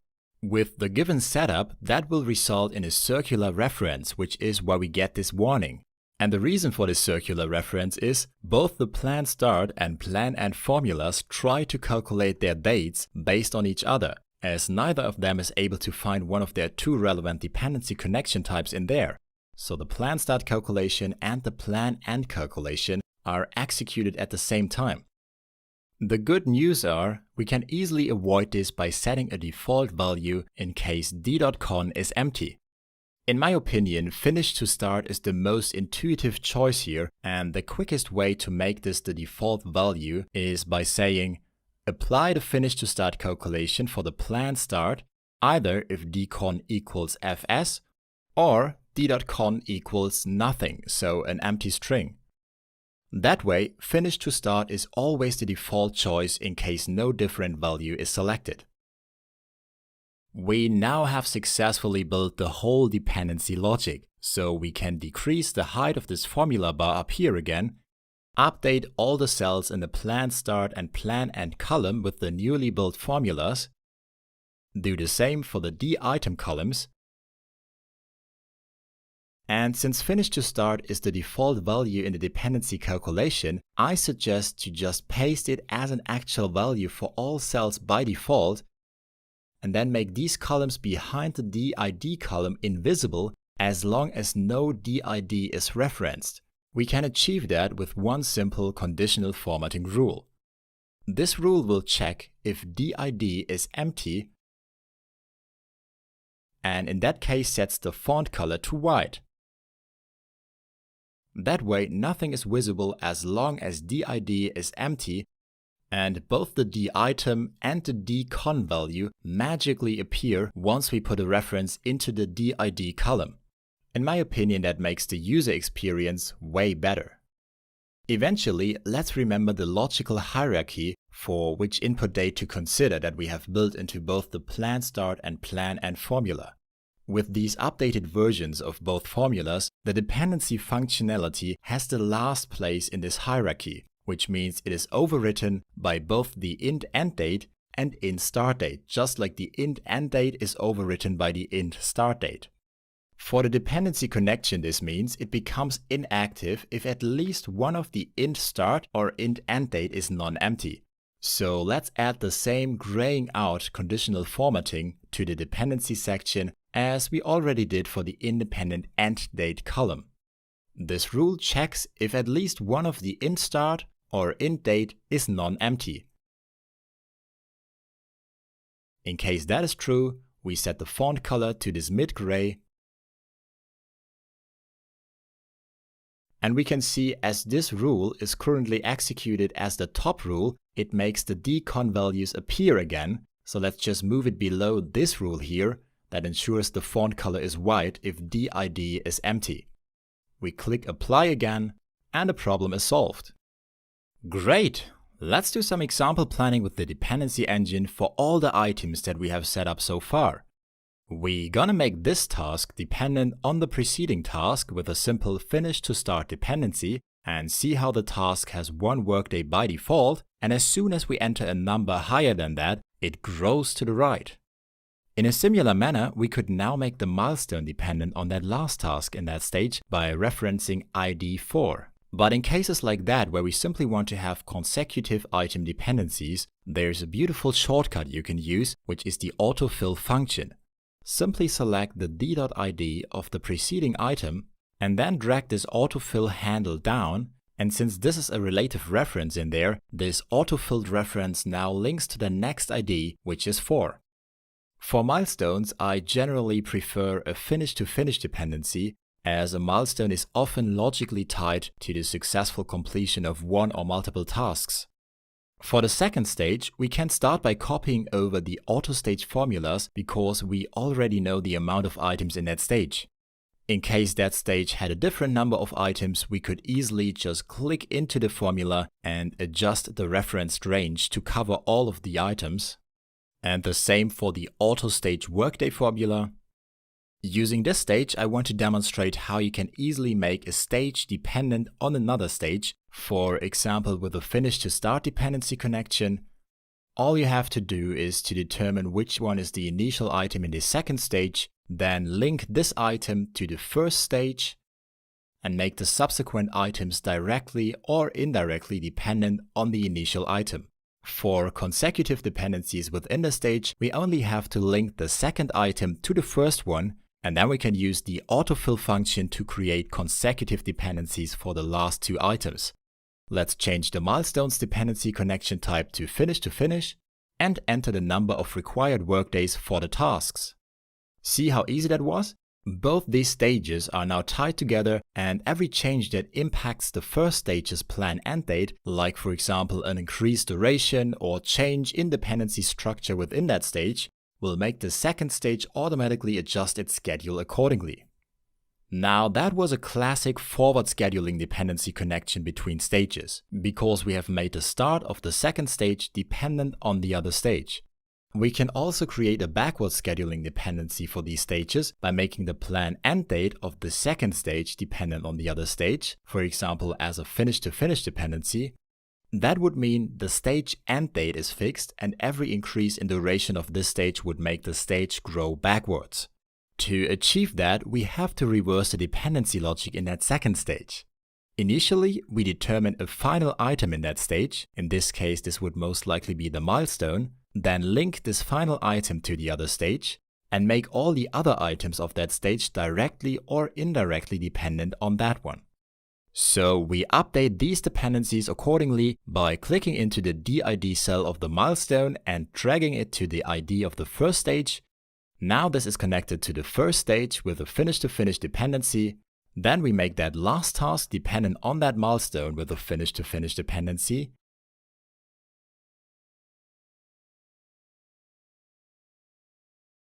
And for the upper two tasks, we can use the autofill function again and only have to update the dependency connection type to start to finish for both of them. Whenever we increase the duration of these items, the whole stage now grows backwards and we need to start earlier. Of course, once the plan end date of the first stage is moved to the right into the future, that will now move both the plan start and plan end of the second stage back to the right again. For the sake of completeness, let's also transform this back into a stage finish to start dependency connection by updating the initial item's DID to link to the first stage again, make the subsequent items consecutively dependent on that initial one, and change all the dependency connection types for the tasks back to finish to start. As you see, even these fundamental changes in the dependency structure of that schedule can be done within a few seconds. That's amazing. Let's also take a quick look at how to extend a stage with additional items. Let's add 2 additional tasks and 1 milestone to the second stage. The first thing you should do in case you have applied the auto-stage formulas, click into them and adjust the referenced range to also cover these new items. Same for the workdays to enable the stage to cover the full stage time span. For simple consecutive relationships, we use the autofill handle, then change the milestone dependency connection to finish, and enter the number of required workdays for the tasks. Be aware that this is just a simple example. You are totally free to always transform this into a way more complex dependency structure. For example, we can make this task I4 start together with the initial task simply by updating the linked ID and switching to a start-to-start dependency connection. Now a change in duration of these 2 tasks not necessarily has an impact on the overall stage duration, as these tasks run in parallel now. Or let's say we want both of these milestones to finish at the same day, and figure out what does that implicate for the required start date of the last 2 tasks. Let's make this milestone dependent on the other one, and these 2 tasks now dependent on that second milestone with a finish,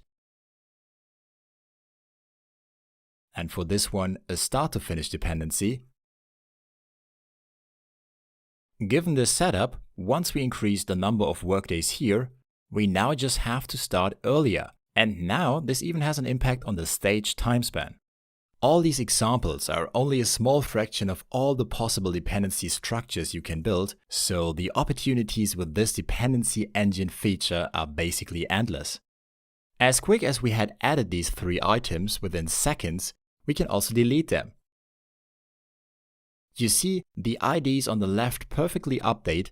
The referenced ranges of the auto-stage formulas also do not require a manual update, and as we have just deleted a few of these content rows and now only have 16 left at the moment, we can easily add new ones anytime just by selecting the last row and using the autofill feature. As soon as we have more potential rows in this Gantt chart than fitting on the screen, we would need to scroll down in order to see all of them. But instead of applying the scrolling to the whole worksheet, I recommend to scroll to the top once, then select the initial row of the Gantt area, go to the View tab and click on Freeze Panes to freeze the header including the separator row. Now only the Gantt area below the header is moved when we scroll, and that way it is way more user-friendly. Before we continue, let's use this additional space for adding 2 more stages to this Gantt chart. We call this one Rollout Prep .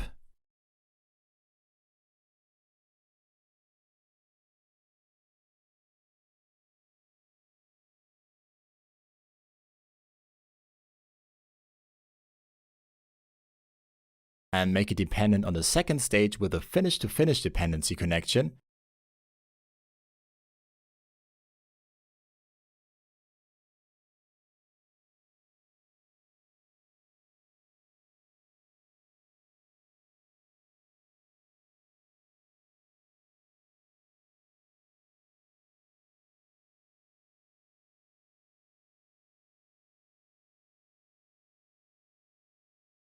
So this stage is affected by changes in both the second and the first stage.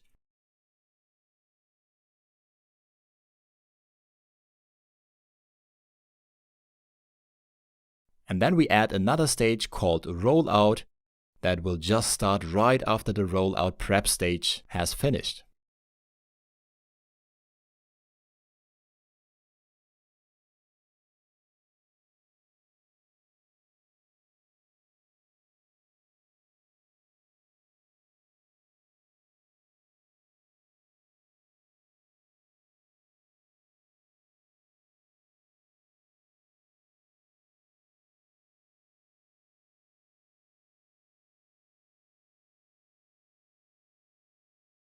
It is simply amazing how quickly the setup of a fully dynamic project plan can be done with this feature, as it's incredibly intuitive, fast and easy to use. And another amazing thing is, whenever you're done setting up the dependency structure for your project plan, you can just collapse all these columns with one click And that gives you just a clean and dense overview of the most crucial information about the scheduled plan. And you still have full control over the workload, so adjusting the number of required workdays for an item can be done even in this dense view. And anytime you want to make a change in the underlying dependency structure, simply reopen the section and you are good to go. Right at the moment, all these stages perfectly summarize the duration and time span of their respective tasks and milestones. But now we want to implement a feature that goes one level above that and dynamically keeps track of and visualizes the whole project time span. For that, let's start by collapsing this extended planning section, as we need to focus on the plan start and plan end column. Given the values in these two columns, we're gonna compute the project time span and duration in workdays, for which we have already prepared these placeholders up there. The project time span is nothing else but the minimum and maximum of these dates in here. But we're not only gonna display these date values up there, but also gonna visualize the time span in the timeline section. Let's create a named calculation called project start that dynamically determines the minimum start date of any item in our project. The range that we pass for this starts right at the header row, and in order to give this project some space to grow, we go down to row 1000.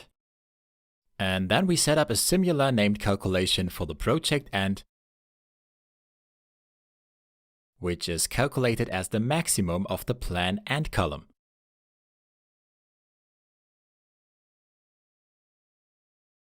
For the project duration in workdays, we're gonna create an additional named calculation that is based on the net workdays function and calculates the workdays between the project start and project end. That enables us to replace this manual start date up here with the dynamically calculated project start. Then replace this placeholder with the project end. Let's align this one to the center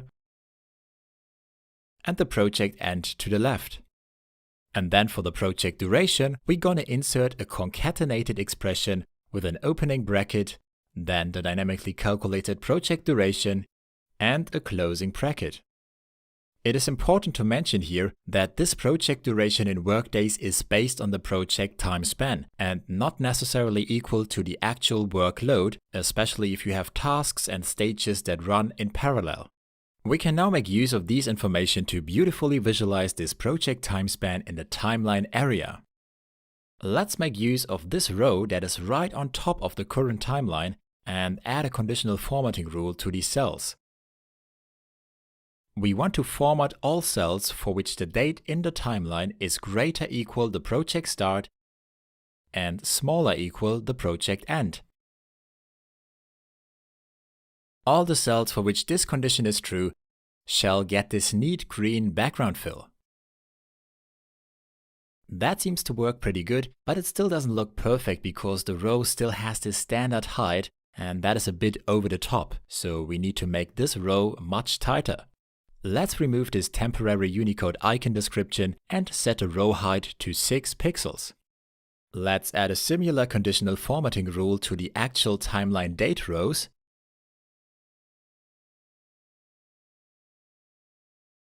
The formula for this rule is exactly the same,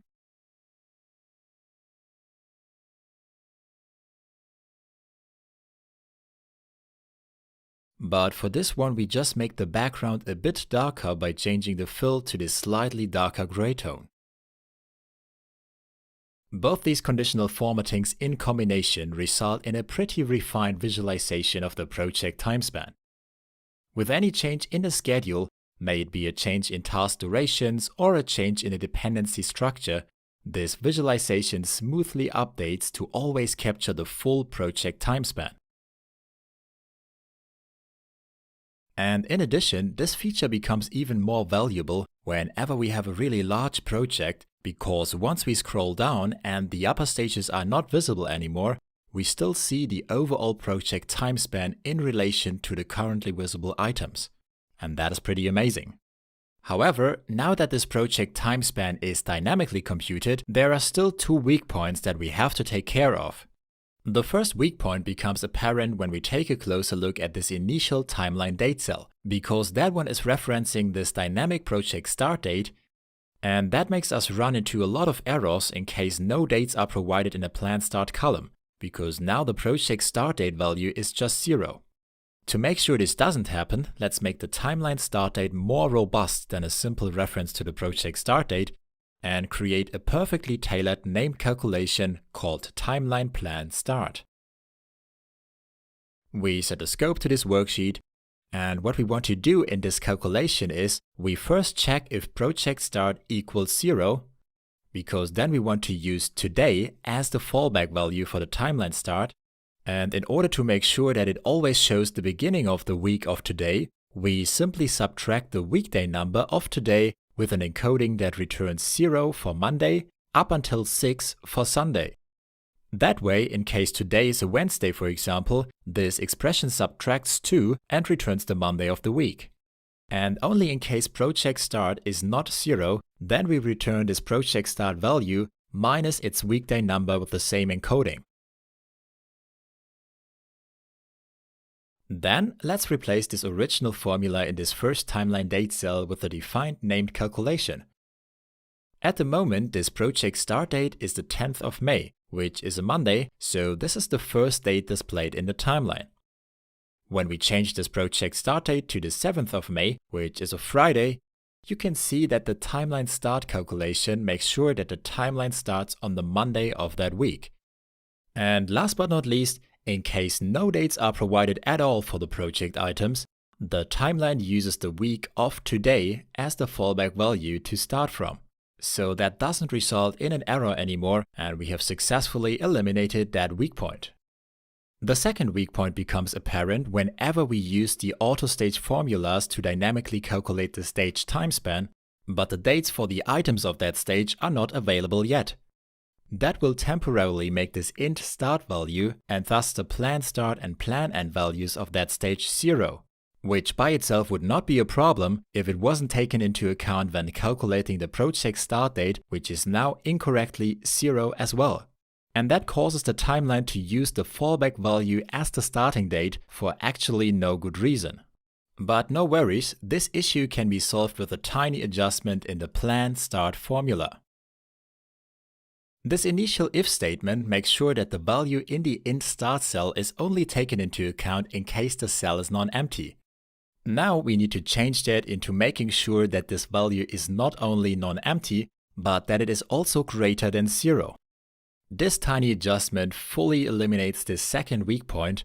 The only visible impact that we will have is that the autostage workday function now temporarily shows an error, but this is actually a good way of telling us that we need to define a schedule for at least one of the items in that stage before any stage calculation can be done here. Let's update the plan start formula for all the rows. We can perfectly see how the project start date and the timeline show the correct values now, so we can eventually redefine the dependencies for the items in the rollout prep stage. Amazing! At this state of the template, we have successfully implemented the whole planning logic. This allows us to now focus on the visualization aspect of the template and set up an incredibly powerful auto-coloring engine that will let us switch between 4 different and fully automated color modes. Let's start by hiding this planning section and setting up the drop-down menu for the color mode selection. We merge the 6 cells, set the text alignment to the middle, set the font style to size 10 and bold, and add some gray borders.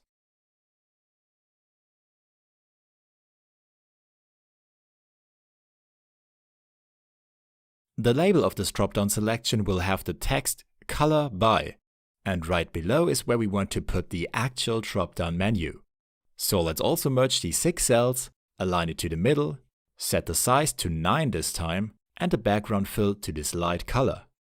To add a drop-down selection, we jump straight to the Data tab and open the Data Validation window.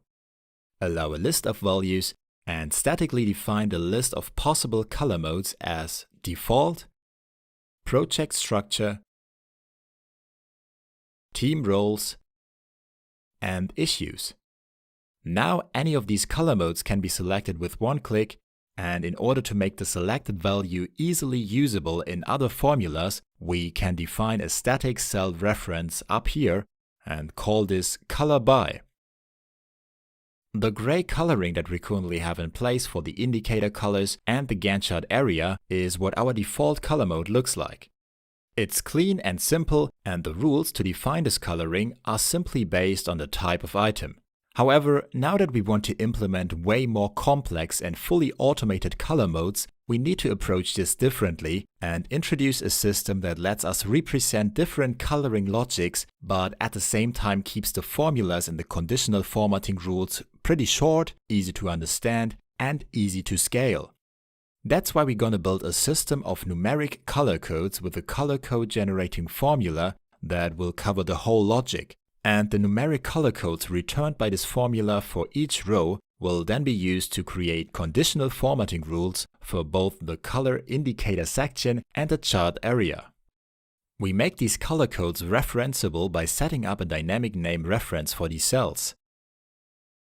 For now, this color code name simply references the cell content, but later we will just insert the final formula directly into the formula field down here to make this a named calculation.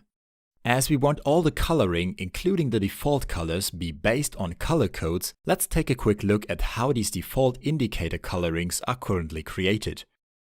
Well, first let's move this one up and set the stop if true checkmark for an increased efficiency. You see, for this default coloring we have two rules in place that simply check what the type of item is. At the same time we have three different rules for the chart area, as unlike for the indicator coloring, the task and milestone items require a different visualization. For our new color code system, we will move these type checks over to the color code formula and let the result be represented by some numeric codes. As we have three different rules here for the default coloring, we obviously gonna need three different default color code numbers here. For generating the default color codes, we start by making sure that the type value in row is non-empty. And then we use the switch statement to return different numbers based on which item type is selected. We keep it simple and return a 1 in case it's a stage. For tasks, we're gonna return a 2. And for milestones it will be a 3. Otherwise, in case type is empty, we simply return a -1. Let's add this formula to all the rows, and that gives us a numeric encoding based on which item type is selected. Let's open the conditional formatting manager for the indicator color section and change the two coloring rules. For this one, we replace this logical test with color code equals 1. And for this one, these two conditions will be replaced with color code equals 2 or 3. The indicator coloring still works as before since the logic behind it hasn't changed at all. So let's do the same for the chart area. We select the chart range, open the conditional formatting manager, and replace this original logical test with a color code check. For stages it's 1 again, for tasks 2, and for the milestones simply 3. And again, it keeps working fine based on these color codes. Since the final version of this color code generating formula will be huge, and we're also gonna reuse this expression for the default color codes, let's copy and transform it into a named calculation called color code default.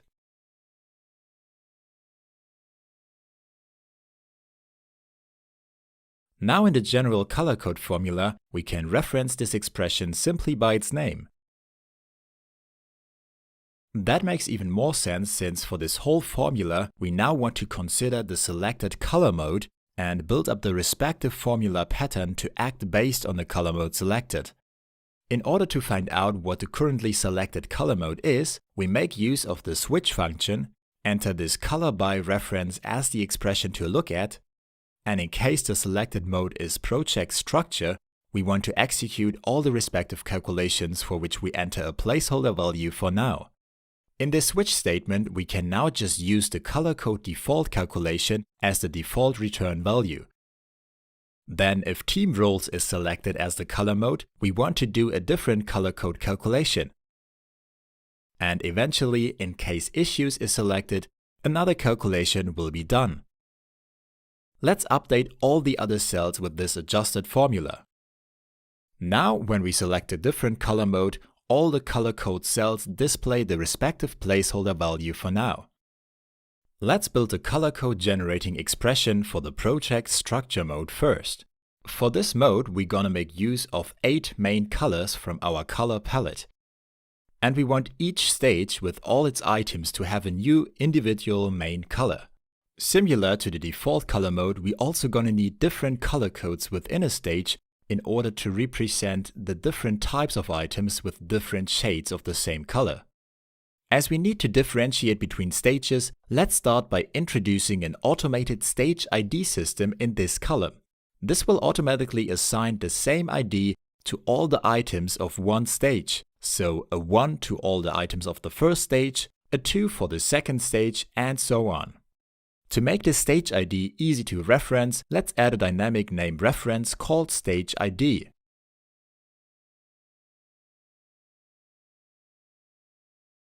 And then start building the formula.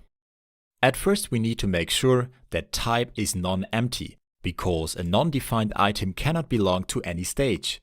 In case a type value is available, we do the same check we already did for the main ID in order to figure out if the item is the first one in the whole list.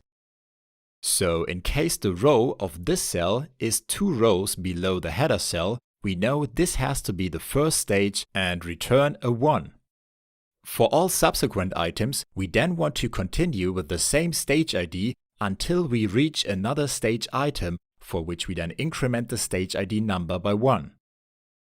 That means if type equals S, we compute the maximum ID number in the previous column range and then just add 1 since it's a new stage.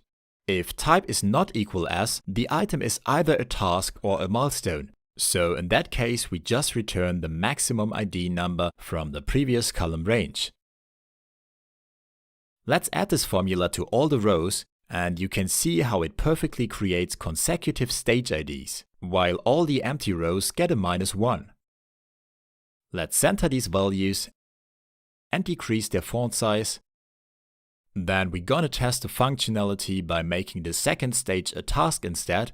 You see, the stage ID perfectly adapts to the new situation by including all consecutive items into the first stage, while making sure that the originally third stage has now assigned the stage ID 2.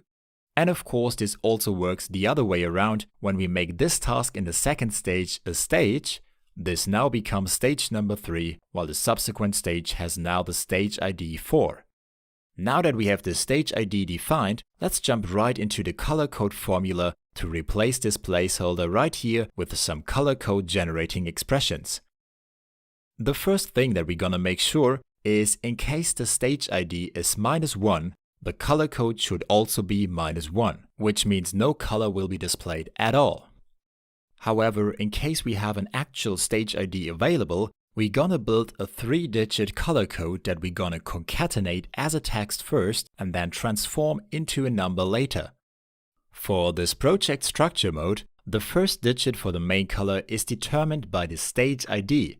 So we use the stage ID and concatenate it with a text string that will be returned from a switch expression. Based on the selected item type, we either gonna add an 01 for a stage item, for a task item it will be 02, and for a milestone item 03. After that, this concatenated text string will then be transformed into a number by wrapping it in the number value function. And eventually we add a closing bracket for this if statement. After adding this formula to all the rows, we now have a clean numeric encoding for the project structure that beautifully represents both the stage and the item type within each stage. But there's one limitation that we haven't considered yet. because we have a limited amount of main colors in our color palette. More precisely, we only want to use these 8 main colors and their different shades, but at the same time we also want to be able to create an unlimited amount of stages that are all beautifully colored to be differentiable from the stages immediately around them. So the logical solution for this project structure mode is to reuse the color palette over and over again, so that after using all these 8 main colors for the first 8 stages, stage number 9 will just get the same colors as the first stage, then stage number 10 the same as the second stage, and so on.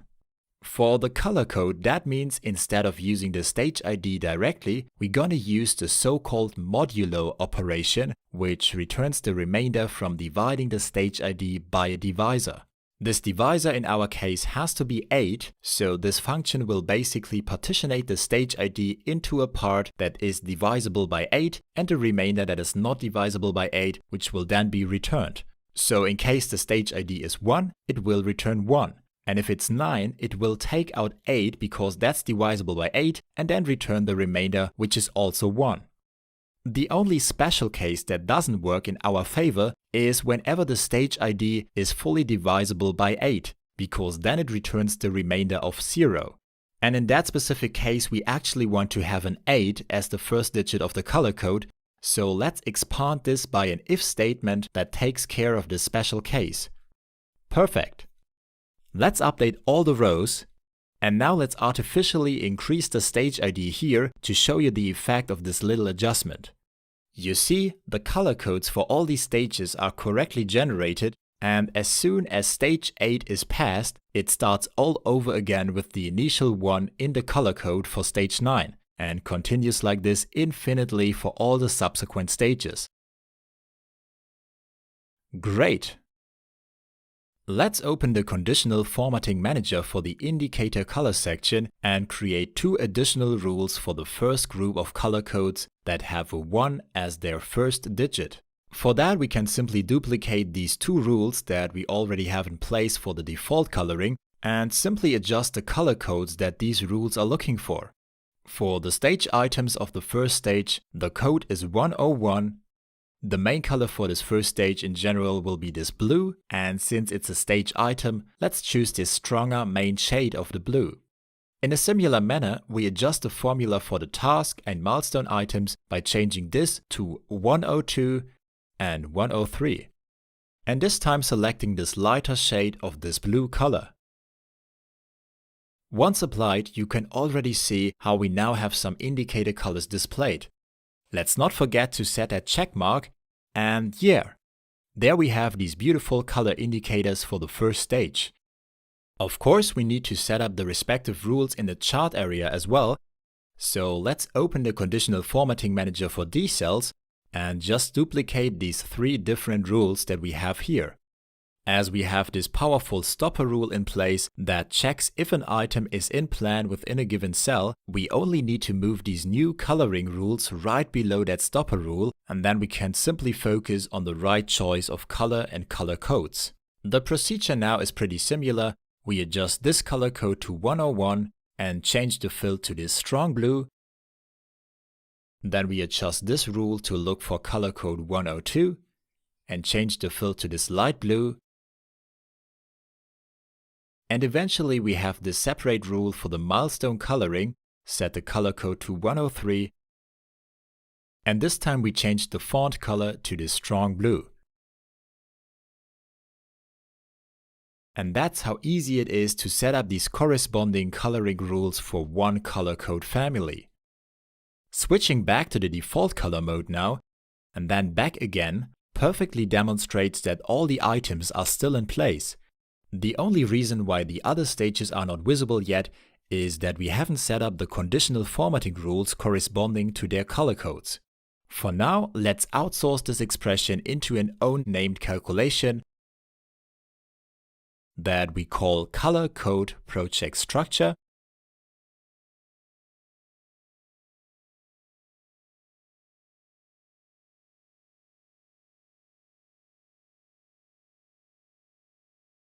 And then replace this expression in the main formula using that defined name. Before we set up the conditional formatting rules for the remaining color code families here, we first gonna implement the formula for the team roles color code generation. That's because we want to make the team roles and project structure color mode use the same conditional formatting rules and thus also partly the same color codes in order to make the whole implementation more lightweight and less redundant. For the team roles color codes, that means we will make use of the same color palette of 8 main colors, but in this context the 8 main colors will represent these 8 team roles that can be defined in the settings worksheet. As we have the team role shortcodes available in this column, we can easily implement a corresponding role ID encoding by looking up the role shortcode in the settings worksheet. For that, let's start by defining a dynamic name reference for this role column and also a dynamic name reference for the role ID column.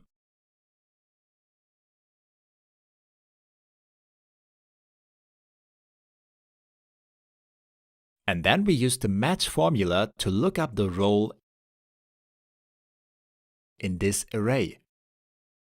Make sure to make this an absolute range reference with $signs and eventually enter a 0 to look for exact matches. The statement will simply return the team role's position in the settings team roles list, and we can directly use this position as the role ID. As you see, if this role cell is empty, this will result in an NA error. So let's add an if NA statement to catch that error and return a -1 instead. Then we can add this formula to the whole column, and that gives us a simple but effective encoding of the assigned role. Let's just decrease the font size to 8 and align it to the center. And a quick visual check tells us, yes, it seems like each role is adequately represented by its position in the settings worksheet role type section. I still want to make one additional modification to this formula, and you might agree or not agree with me on this one. In my opinion, it makes sense to limit the team member assignment to tasks and milestones only, because these are always connected to real actions, while stages tend to be more abstract concepts mainly used to better structure the whole project and to group items together. So my preferred approach, at least for this color-related visualization here, is to only return a role ID for tasks and milestones. While for stages, we simply gonna return a -1. With this modification, you can still assign a team member to a stage if you like, but it won't be considered by the auto-coloring engine. Okay, let's use this role ID to replace this placeholder with some meaningful computations. The first thing we do here is checking if the role ID equals -1.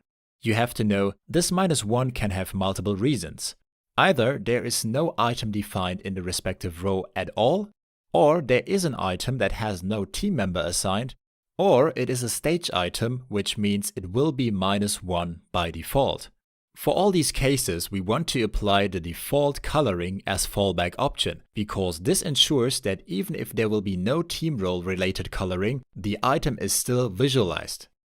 And in case we have an actual role ID available, then we build a 3-digit color code just like we did for the project structure mode.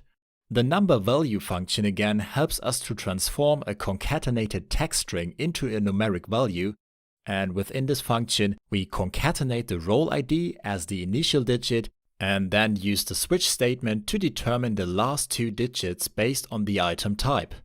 As there's no need to visualize the hierarchical differences between a stage and its items, we don't need to use different shades of a color this time. And thus we simply use the strong shade version of each main color for both the tasks and the milestones. That means in case the type is a task, we generate a color code ending on 01. These are the ending digits that we used for the stage items in the project structure mode, which means we can make use of the exact same conditional formatting rules for the indicator color and Gantt chart bar visualization. And for the milestones, we have to introduce a new color code ending 04, as so far we have no color code ending that corresponds to both a strong color shade for the indicator color and a strong font color for the Gantt chart area. Let's close this statement, update all the color code cells in this column, and take a quick look at what we got now. The initial thing we can notice is that all items that have no team member and role assigned are visualized with the default gray coloring, so that is working correctly. Then, when looking at the visible 3-digit color codes, 101, which corresponds to the tasks assigned to the project management role, is the only one for which we actually have defined conditional formatting rules so far. It is also obvious that with the team roles color mode, all these 3-digit color codes will only end on either 01 or 04. So let's include this 04 ending into the conditional formatting rules that we already have in place. As we want to have a strong color shade here, we're gonna make this rule an OR statement that also considers 104.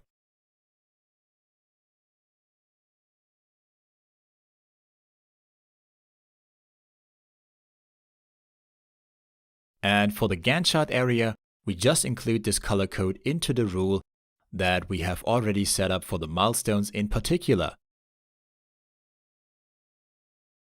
So let's make this an OR statement that also includes color code 104.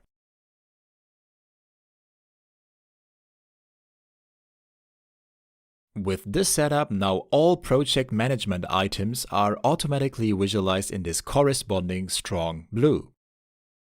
And to show you that this doesn't have any negative impact on the functionality of the project structure mode, we quickly switch over here, and it still works perfectly fine. The only thing left for both modes is now the setup of the conditional formatting rules for all the remaining 3-digit color codes that have 2 to 8 as their starting digit. Before we do that, we're gonna clean up this main color code formula by putting the team roles calculation into a separate named calculation. We call it color code team roles. Just paste it,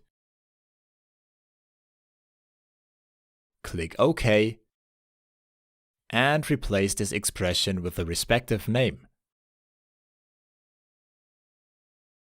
After updating the formula for all the rows, we are now ready to set up the conditional formatting rules for all the remaining 3-digit color codes that we have in here. Fortunately, that process will be pretty straightforward. For the indicator column, we're gonna duplicate these two specific rules 7 times and then stack them on top of each other.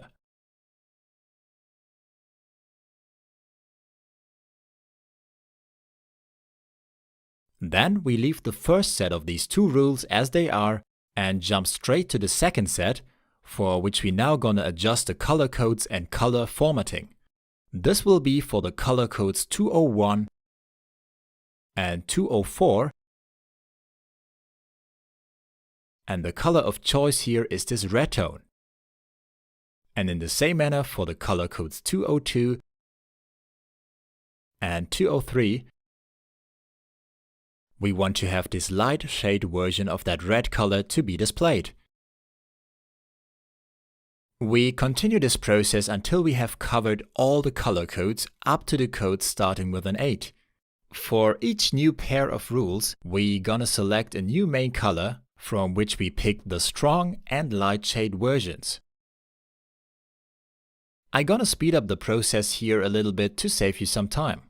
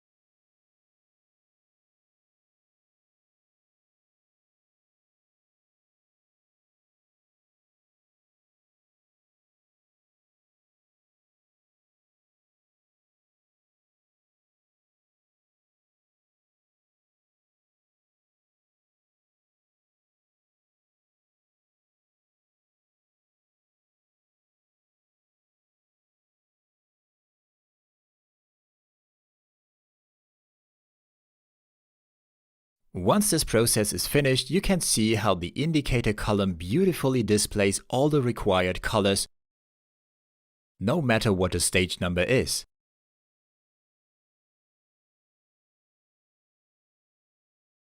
And when we switch to the Team Roles color mode, all assigned roles now have the corresponding indicator color displayed.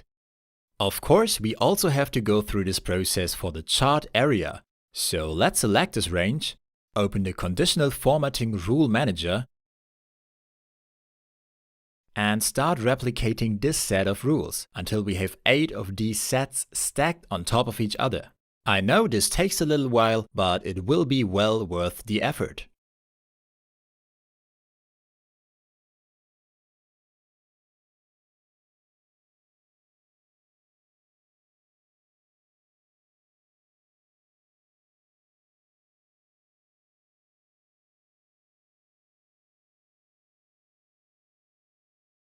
Once we have 8 sets, let's jump straight to the second set.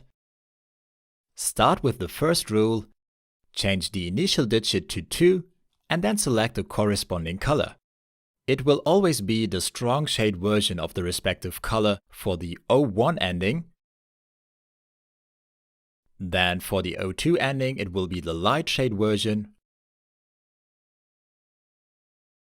And the strong shade font color version for the 03 and 04 ending of the color code.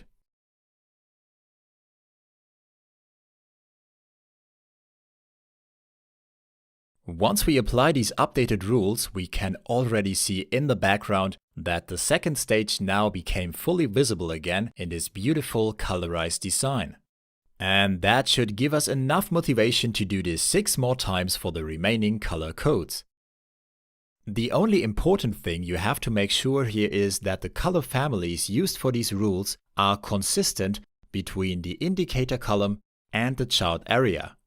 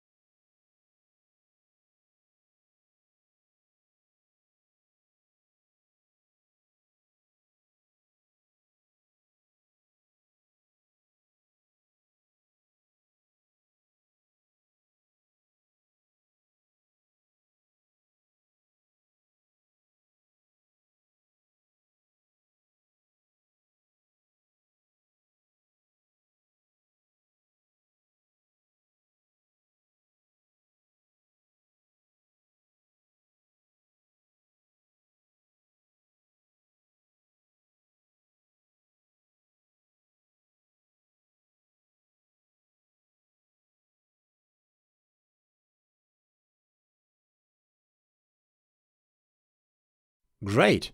At this point we have completed the most difficult part of this auto-coloring engine. It has been some effort, but the result we can now look at is well worth it. In Project Structure mode, the whole project structure is now beautifully visualized with different color families for each stage. Any update to the project structure is immediately reflected in both the indicator and the chart section. And with this lightweight design that reuses the color palette over and over again, every stage is colored differently than the stages that are immediately around it. And you can add as many stages as you want. That is really amazing. Then for the Team Roles color mode, we were able to reuse the same exact conditional formatting rules, but with a completely different logic that represents each assigned role with its own individual color. Let's see what happens when we change the role of Ylin from finance to marketing. This update is immediately reflected with a new color for the marketing role. As we have the default coloring in place as a fallback option for all the items that have no team member assigned, each item is visible at any time, and once we decide to assign a team member, for example here, it will simply update the color with a smooth transition. Amazing! That means by now we are able to choose between the simple and less colorful default color mode, the project structure color mode, or the team roles color mode with one single click. Eventually, let's implement the last color mode that will allow you to highlight items for which an issue has arisen. Since the corresponding formula will be based on this issue column, let's make these cells dynamically referenceable as issue.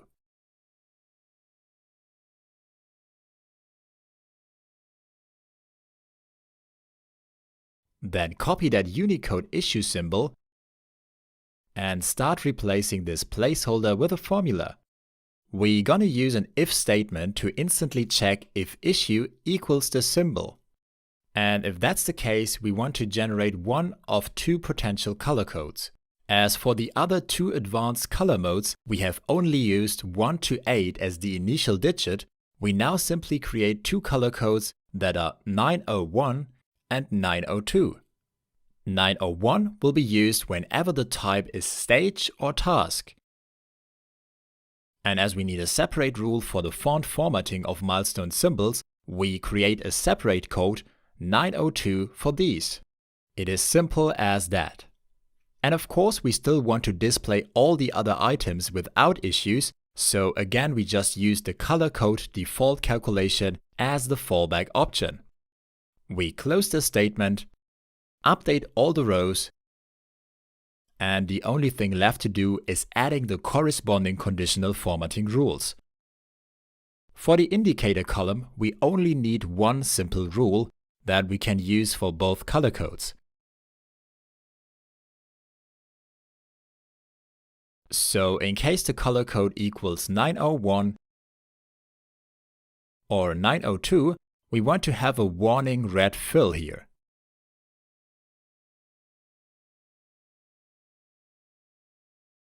And then only for the chart area we need to make the distinction between the item types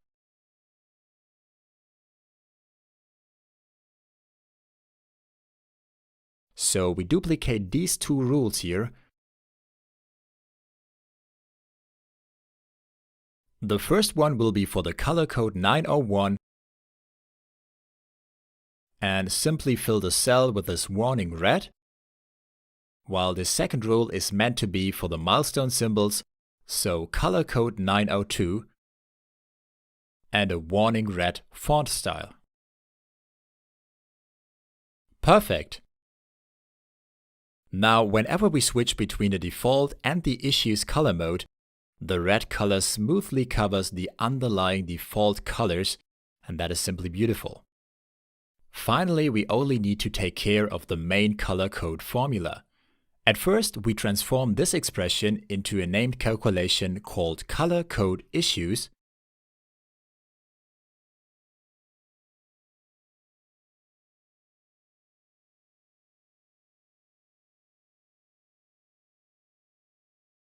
replace this part accordingly,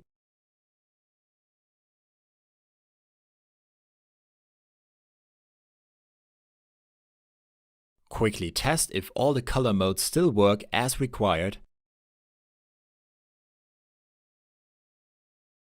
That looks fine.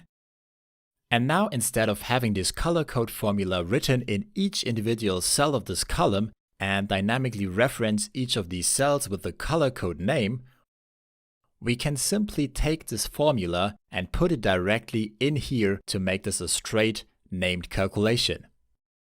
For that, however, I recommend to remove all the line breaks and spacing, otherwise it will be difficult to read in the name manager. And then we simply copy and paste it right here.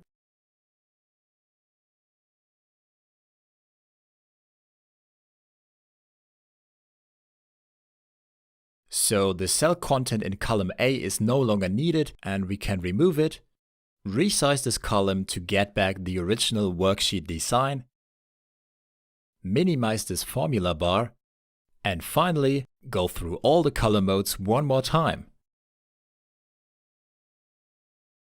Simply beautiful. Let's move on to the next amazing feature that will help you to take a snapshot of your actual plan, save it as the base plan, and then compare it to the changes that you make to your actual plan over time. The crucial idea of this feature is that once you have built up your schedule with all the dependencies, you can document the date of the recent changes you made, then jump over to the base plan section by unhiding these two columns, and just copy over the actual plan as plain values.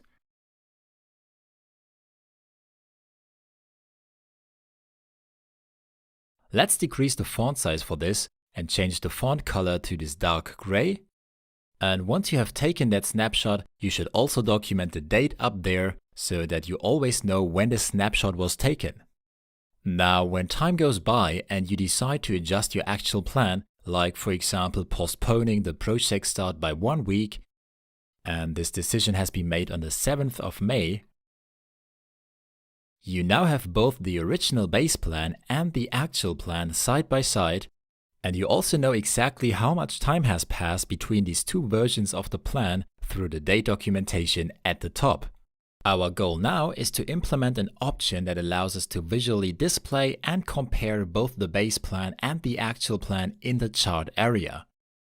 Let's start by adding another drop-down menu that we call Display, and that will have two list items to select from.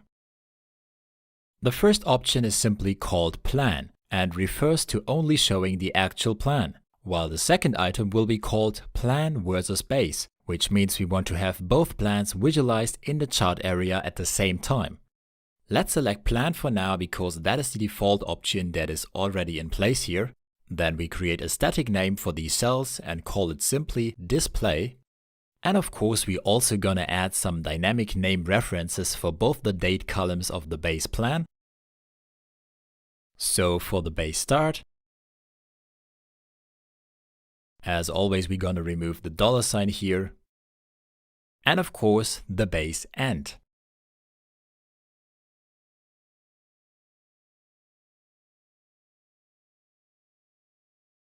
Based on this base start and base end, we now want to create a named calculation that does exactly the same for the base plan, like the item in plan calculation already does for the actual plan. To remind you, the item in plan calculation simply checks for every cell in the chart area if the date value in the timeline in the respective column is in between the plan start and plan end date, and then returns either true or false. And for the base plan, we can set up a similar named calculation. So let's copy this, create a new name, call it item in base, set the scope to this worksheet, paste the formula, and now we simply override this with base start and base end. Whenever we select the plan versus base option up here, we now want to use this item in base calculation to additionally display the original base plan in here. For the milestone symbols that we currently generate with a formula from within the cells, this means here we now have to display an additional milestone symbol basically 1 week earlier. Let's adjust this formula to do exactly that. Instead of simply checking if type equals M and item in plan, we now want to do this type check initially. And after that, we add a second if statement to figure out if the item is in plan in the current cell. If that is the case, we're gonna return this milestone symbol independently from the current display mode, because we want the actual plan to always be displayed in both modes.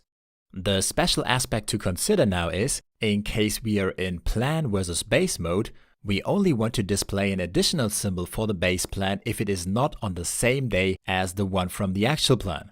So it makes sense to only consider the selected display mode if item in plan returns false. In that case, we only want to print a milestone symbol for the base plan if the plan versus bait mode is selected and the item in base calculation returns true. Otherwise, we simply return an empty text string, just like we do in case the type does not equal m. Perfect. Let's add this formula to all the cells in the chart area. And you see, we now have the base plan milestones displayed in addition to the actual plan milestones. And we can control whether to hide or display them via this drop-down selection up there. Right at the moment, these milestone symbols of the base plan have the default dark blue font color. But we're gonna change that into a font color that is less standing out. Let's open the Conditional Formatting Manager and create a new rule that will directly target these symbols only. To only be applied to the base plan milestone symbols, the formula for this rule has to test multiple conditions, which are display equals plan versus base, item in base has to be true, and of course, in case the base and actual plan milestone are on the same date, we don't want this rule to be applied and just apply the actual plan coloring. That means we have to put the item in plan into a not statement to reverse it. And eventually, of course, type has to be M. For the formatting, we choose this super light gray, which is even lighter than the default coloring gray of the actual plan. So no matter which color mode you have selected, these two should always be distinguishable. Once we confirm that, that looks pretty amazing. From a visual standpoint, it is instantly clear which of both is the active actual plan and which one is the snapshot base plan. For visualizing the stages and tasks of the base plan, we will only need to create one conditional formatting rule. Let's select the range again, open the Conditional Formatting Manager. Here we can see we should move this milestone rule a bit down right on top of the actual plan stopper rule. Then we can just duplicate it and adjust this formula for the stages and tasks of the base plan. For these, we also need to make sure that the item in base calculation returns true, but unlike for the milestones, we want the stages and tasks of the base plan overlay the actual plan stages and taskbars if necessary. You will see how that can be done in the formatting options in a second. For the formula though, this means we don't have to make sure that item in plan is false, so we can just throw that part out. And eventually we're gonna change this last condition into an OR statement that checks if type is either stage or task. For the formatting, we change the font color back to automatic, go to the Fill tab, and the reason why we can have both the base plan and the actual plan visualized in the same cell is that we're gonna use pattern fills for the base plan. That means if a cell in the chart area is part of both the base plan and the actual plan, the pattern fill of the base plan will simply overlay the full cell fill of the actual plan. As the color for this pattern fill, I recommend to use this dark gray, because that allows us to use this not so heavy point pattern that says 25% gray, and it will be still perfectly visible. Let's click OK. And there we have the beautiful but still subtle visualization of the base plan compared against the actual plan. Even for the darker colors, you can easily identify the part where both the base plan and the actual plan overlay, as it is either darker or brighter than the rest of the item. Depending on the specific color palette that you use, I recommend to play around with the pattern style a bit in order to make these overlay parts easy to differentiate from the rest. With the drop-down selection up here, we now have full control over the visibility of this base plan, which allows us to keep the complexity in the chart area low and only display the base plan when we really need it. For a seamless user experience, I also want to make sure that the timeline will automatically adjust its initial date to perfectly show the full extent of both the actual and the base plan. Right now, this initial timeline start date is only based on the actual plan. For that reason, the base plan, which starts on the 7th of May, is not fully visible here. In order to change that, Let's start by adding a named calculation that computes the project start date according to the base plan, which is simply the minimum value within the base start column. Using the start date of the base plan, we can then set up another calculation similar to the timeline plan start calculation. We're gonna call this timeline base start. And all this does is taking the raw project base start and calculating the start of the respective week by subtracting its weekday number, which will be encoded as a 0 for Monday and a 6 for Sunday. So this will return the Monday of the week of the base plan start. Now that we have both the timeline plan start and the timeline base start defined, we can now make the initial timeline date dependent on the display mode. In case display equals plan versus base, then we have to make sure that the timeline base start is greater than 0. If that is true, we're gonna return the earlier of both the timeline base start and the timeline plan start. That makes sure that no matter if the base plan is ahead or behind the actual plan, the timeline will always optimally adjust. In case we haven't taken a snapshot yet, which means the timeline base start is not greater than 0, the timeline plan start will be directly used even if the plan versus base mode is active. And in case the selected display mode is not plan versus base, then the timeline plan start will be used just like before. Once we hit enter, you can instantly see how the timeline perfectly adjusts to show the full base plan. The base plan starts on the 7th of May and the timeline starts right at the beginning of that particular week. And once we change the display mode back to plan, the timeline also adjusts accordingly, and that way you don't have to actively manipulate the timeline view in order to have everything visible. In case the base plan section is empty, it directly uses the timeline plan start. And in case the actual plan is not behind but ahead, so starting earlier than the base plan, this case is also perfectly covered. This base plan visualization also works fully independent from the color modes, so the only thing left here is to convert this timeline start formula into an own named calculation called timeline start.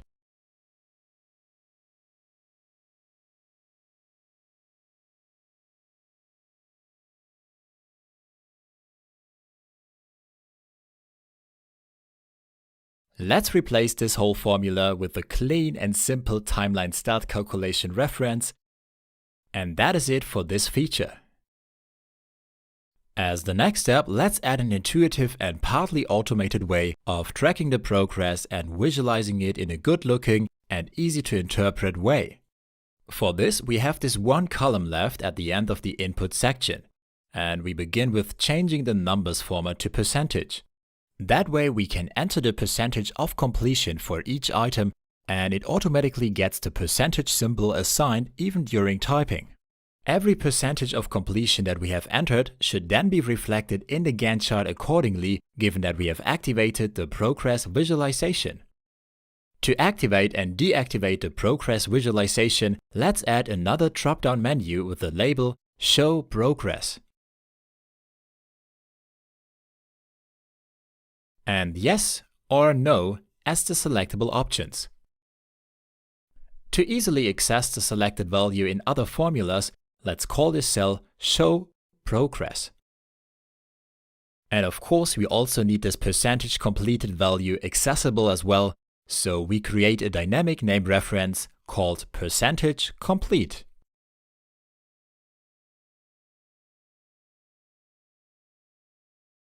Taking this percentage complete value, we then want to visualize the corresponding number of completed workdays in the chart area. So for this stage, it would be 60% of 10 workdays, which means we need to highlight the initial 6 workdays as completed. To figure out for each cell in the chart area if it is part of this completed time span or not, we need to set up a named calculation that is similar to the item and plan calculation. So let's copy that formula, create a new name that is called item incomplete, set the scope as usual, and paste the formula. As we want the progress bar to start from the beginning of an item, we can leave the first condition that makes sure that the date in that column is greater equal the planned start. What we have to modify is the second condition, because instead of just taking the plan end as the upper limit, we want to dynamically compute the end of the completed time span starting from the planned start and then adding the equivalent number of completed workdays. The function that is perfect for this is the workday function, because it allows us to enter the planned start and then add the number of completed workdays. To compute the number of completed workdays, we simply multiply the percentage complete and the number of required workdays. And since the planned start date is already one of the days in the time span, we have to subtract 1 from this product. When looking at this first stage item, this named calculation we have just set up should now return true for all these 6 highlighted cells.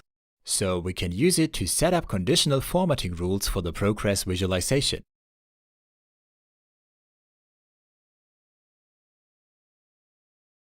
The first rule will be targeting the stage and task items, and we want to highlight a cell as completed workday whenever we have selected yes in the Show Progress drop-down selection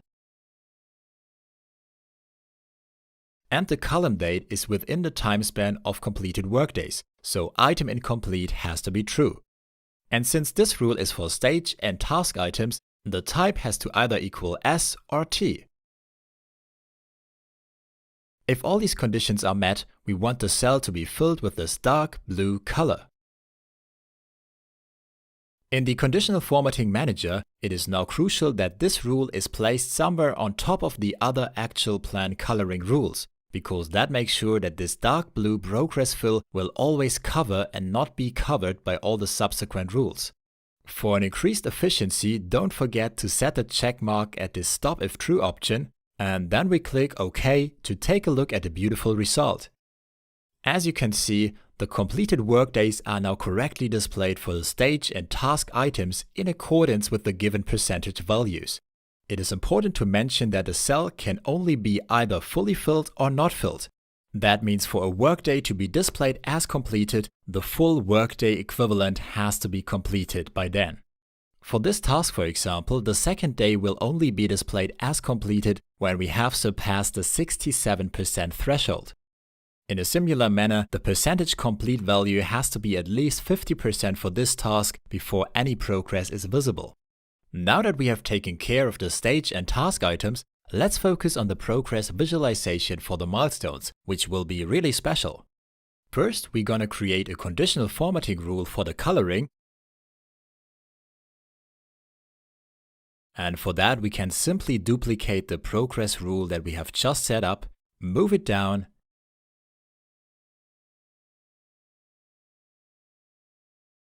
and then adjust this last condition to type equals M.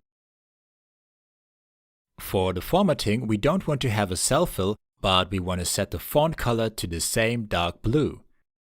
That's it. So now as soon as that percentage value is set to 100%, it's now colored as completed, which is great.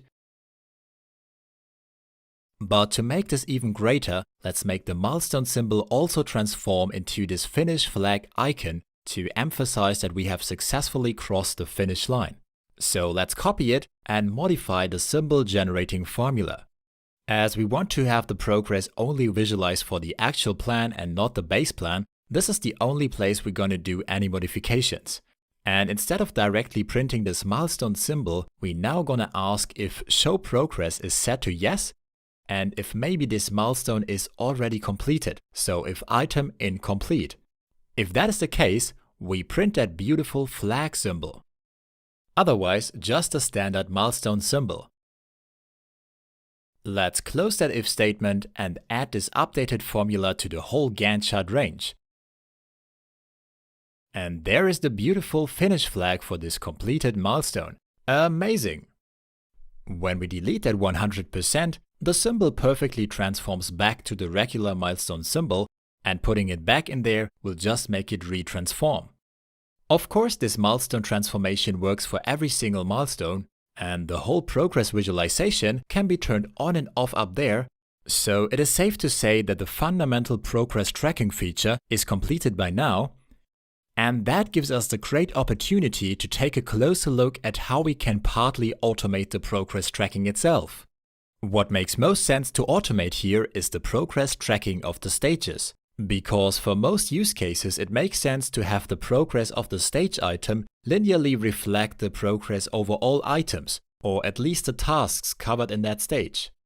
For that purpose, I have prepared another auto-stage placeholder formula up there. This formula basically just computes the sum product of the workdays and the progress of all items belonging to this stage, and then divides that by the sum of total workdays over all items at this stage. Once applied, the stage progress now automatically updates every time we change the progress value for these tasks. Once all the items in the stage are completed, the stage is completed as well, and that just saves you a lot of manual work. To highlight the fact that the stage progress is linked to other cells, we're gonna use the same blue font color formatting that we already have set up for multiple other columns, like the workdays column, for example. Here we have that respective conditional formatting rule. Let's add this column to the relevant range by typing in a comma and selecting the column values. Perfect. And now we instantly see, okay, this stage progress is automatically calculated and linking to other cells. Let's add this auto stage progress formula to the other stages as well, and keep in mind, if you have a different number of items in a stage, you have to adjust the reference ranges in that formula to make it work correctly. In our example case here, where all the stages have the same number of items, we were able to automate the progress tracking of all these stages within a few seconds. Regarding the milestone items here, there is one thing that you should be aware of. With this auto stage progress formula, you're gonna create references to the workday and progress cells directly and not to their dynamic name references. Which also means an empty workday cell, like we have here for the milestone item, will be counted as 0 and not as 1, and thus not impact the calculated stage progress, at least not until we put an actual 1 in there. In my personal opinion, that actually is a good thing, because milestones are something that should not be measured in workdays, and they are often tied to the completion of tasks anyway, so I will leave the workday cells empty. In case you want your milestones to contribute linearly to the stage progress, all you need to do is just enter a 1 in that workday cell. Since I just mentioned that the completion of milestones might be tied to the completion of tasks, let me quickly show you how that can be done correctly. Let's say that we want this milestone to be set to 100% only in case that this task here is fully completed. For that, we can type in the formula 1 times that progress value equals 1. This whole expression will only return 1, or in other words 100%, in case the task completion is exactly 100%. In all other cases, this will always return 0. Once we hit enter, we see that the milestone progress is now highlighted in blue, telling us that this links to another cell, and with the task being at 100% completion, the milestone is completed as well. But as soon as we only take away 1% here, the milestone completion is set to 0%. Of course, this concept can also be extended to multiple tasks. For example, to make the milestone completion dependent on the completion of all task items in the stage, we can check if the sum of these values equals the number of task items, and now whenever any of these tasks is not completed anymore, the milestone completion is immediately set back to 0. I think this concept alone is something that makes this progress tracking and visualization feature even more powerful. At this point, we have achieved a huge milestone, as all the formulas and conditional formatting rules for visualizing stages, tasks, and milestones in any possible form are now completed. The whole implementation is already pretty lightweight, efficient, and reactive, yet there's still some improvement potential which you might recognize when we turn on and off the progress visualization. The progress bars and flags appear and disappear pretty fast, but there is still a tiny lag of a few milliseconds, which we can decrease a lot with a powerful trick. And that trick I'm gonna reveal to you right now. One big reason why at the moment it takes a bit longer for this worksheet to update when we, for example, turn on the progress visualization is that the visualization of the milestone symbols is a two-step process. The first step in this process is to print the actual milestone symbols into the cell based on this in-cell formula, and then in a second step we apply the conditional formatting rules to give them their respective color. It is not possible to entirely eliminate this first step, as the cells still need to have some content to display these Unicode icons, yet we are able to simplify the cell content by making the icon definition part of the respective conditional formatting rules. To do that, let's copy this default milestone icon, open the Conditional Formatting Manager, and scroll straight to the bottom to start with the first milestone coloring rule. At the moment, this rule only defines the color for this milestone icon, but when we go to the Number tab and select the Custom category, we can apply the same trick we previously used for the AutoStage start date. Instead of defining a number pattern, we just paste in the milestone icon here. At the moment, the sample section shows nothing because to make this work, we need to have some numeric value written into the cell, which we will do in a second.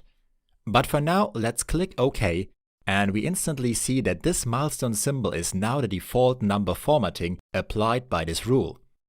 Let's quickly adjust the formatting for all the other milestone rules in the same way.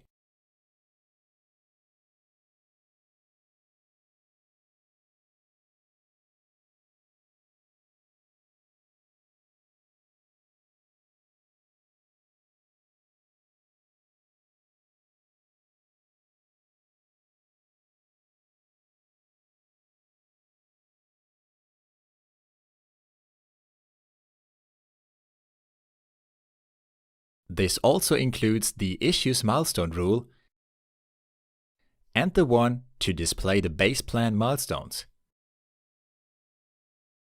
Only for the Progress milestone rule, we're gonna need to use the flag icon. So let's copy this one, reopen the Conditional Formatting Rule Manager,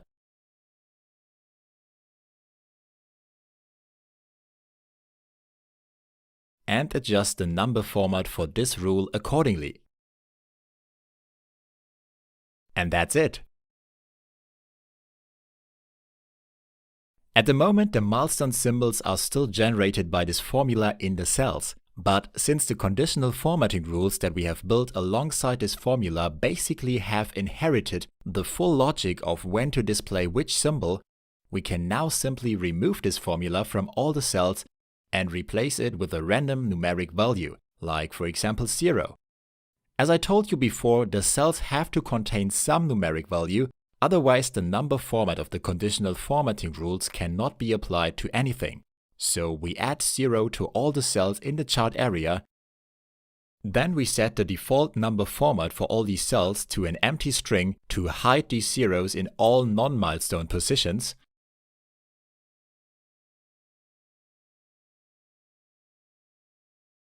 And what's left are the milestone symbols that are purely generated from these conditional formatting rules. For some reason, when we generate the symbols that way, they seem to require a bit more space, so let's slightly decrease the font size to make them visible. And there we go! Everything works just like before, but now the cell content is as simple as one random number. That means no additional calculation has to happen in these cells. And the impact of this reduction of required calculations can be noticed immediately when we now turn this Show Progress option off and on. The visual updates in the chart area happen almost immediately without the lag that we had before, so it seems this optimization had a significant impact on the worksheet performance and efficiency. Great! To perfectly complement the progress tracking feature, we now gonna introduce a feature that lets you either statically highlight a particular day visible in the timeline or dynamically highlight the current day to put the project progress into perspective. For this date highlighting feature, we want to have a drop-down selection that has all the dates in the timeline and in addition an option for today available. So let's create a new drop-down selection that has the label Highlight. Then we give this drop-down cell the static reference name Highlight and change the background fill to a light green this time. Unlike for the other drop-down selections up there, we want this list to not contain fixed static values, but to reference our timeline range in order to make it dynamically update and always display exactly those dates that are visible. As these date cells spread over multiple rows, we get this warning alert, because you can only reference either a single row or a single column, but no worries, we can manually adjust this to only reference the cells in row 10, as this will make all the values accessible just as well. Let's click OK and take a look at the drop-down selection we get. As you see, the full range of dates visible in the timeline from the 10th of May to the 12th of July is now selectable here. Let's select the 7th of June and set the number format to our preferred date style.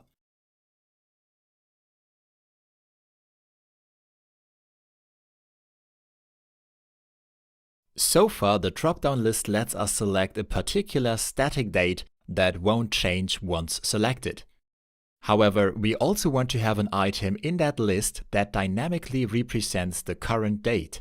And the limitation of this data validation source definition is we cannot compose a list by combining a range reference and a manually entered value, so the only option we have is to make the additional item part of that referenced range.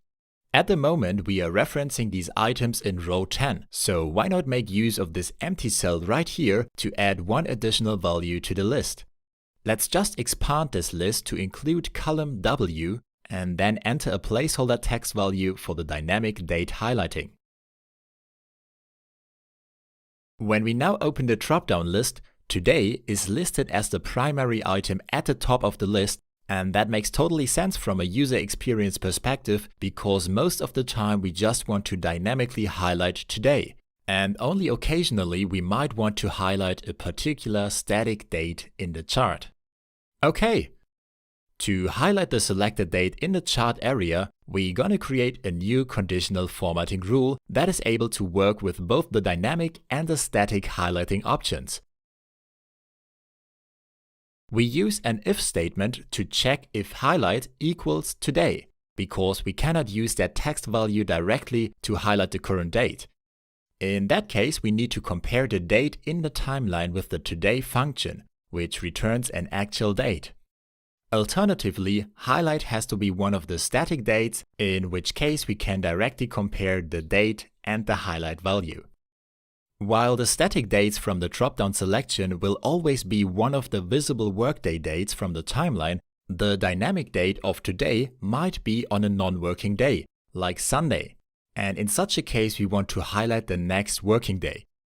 The next working day can be easily found by applying the workday function, passing today minus one regular day as the start date, and then adding one workday. In case today is a workday, then this expression will have no impact, as it will just jump back and forth to the same exact date. But in case it is a non-working day like Sunday, it would jump back to Saturday and then forward to the next workday, which is probably a Monday. Let's take a look at the formatting that we want to use to highlight a date. We want all these cells that are in the same column as the selected date to have a dark blue right border with a dotted style, because that will give us a continuous line that is positioned right at the end of the selected date. Then, for the timeline date and weekday section up there, we're gonna add a similar conditional formatting rule that has the same formula, so it will also be applied to the same selected date, but exclusively to these upper cells.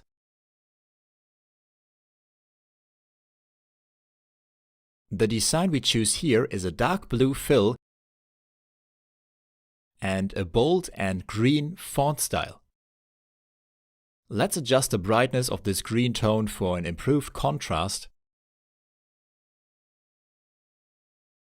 And after confirming, we see that the selected date is now beautifully highlighted in the timeline section, while the respective dotted line is positioned right at the end of that highlighted day.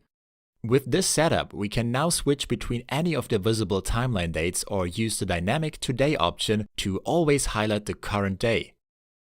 Whenever the timeline values update, for example with us activating the base plan comparison, not only does the highlighted date correctly move with the timeline, but also the drop-down selection is updated correctly to now offer us the newly visible timeline dates.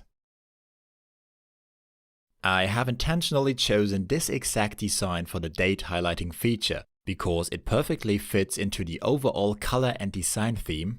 It is visually not too dominant, and the most important point is it perfectly complements the progress visualization through the matching dark blue color and the end of the date highlighting with that dotted line. This design allows us to instantly see how many workdays we are behind with each item when compared to the selected date.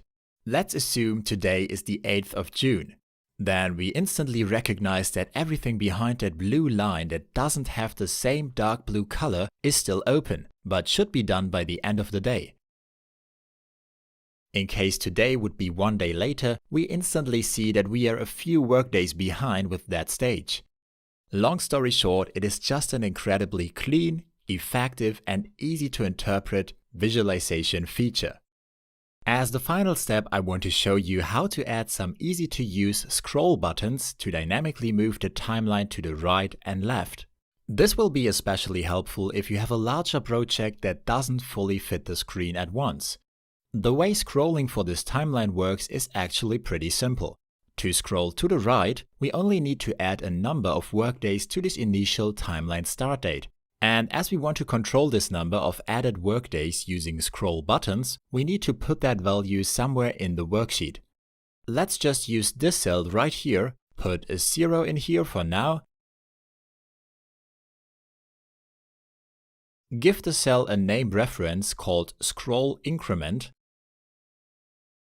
and then add that value to the timeline start date via the workday function.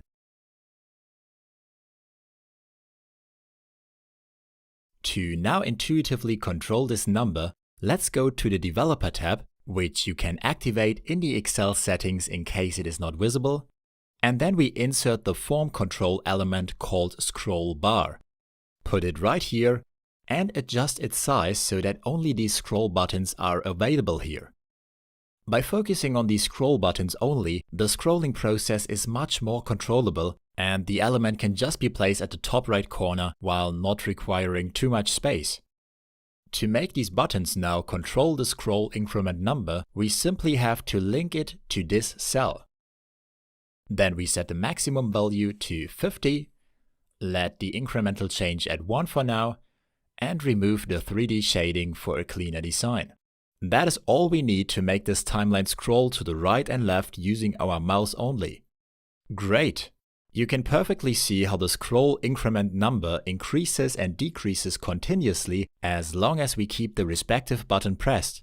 To increase the scroll speed, we could either modify the formula in the initial timeline date cell, or alternatively, just right-click and format these buttons to increase the value for the incremental change to 5 for example, which basically makes the scrolling 5 times faster.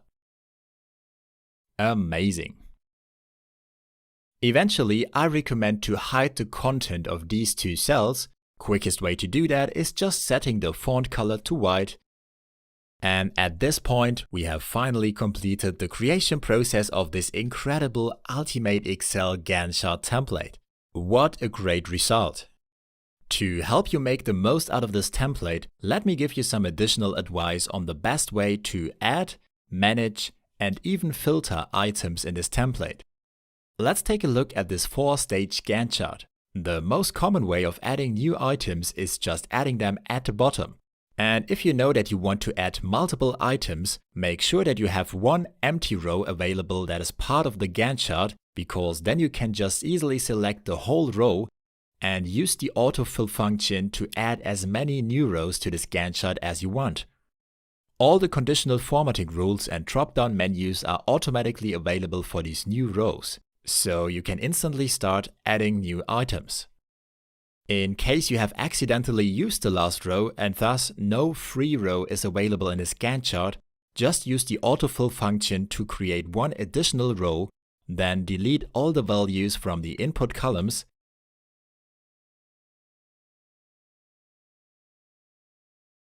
and after that you can use it to add as many new rows as you wish.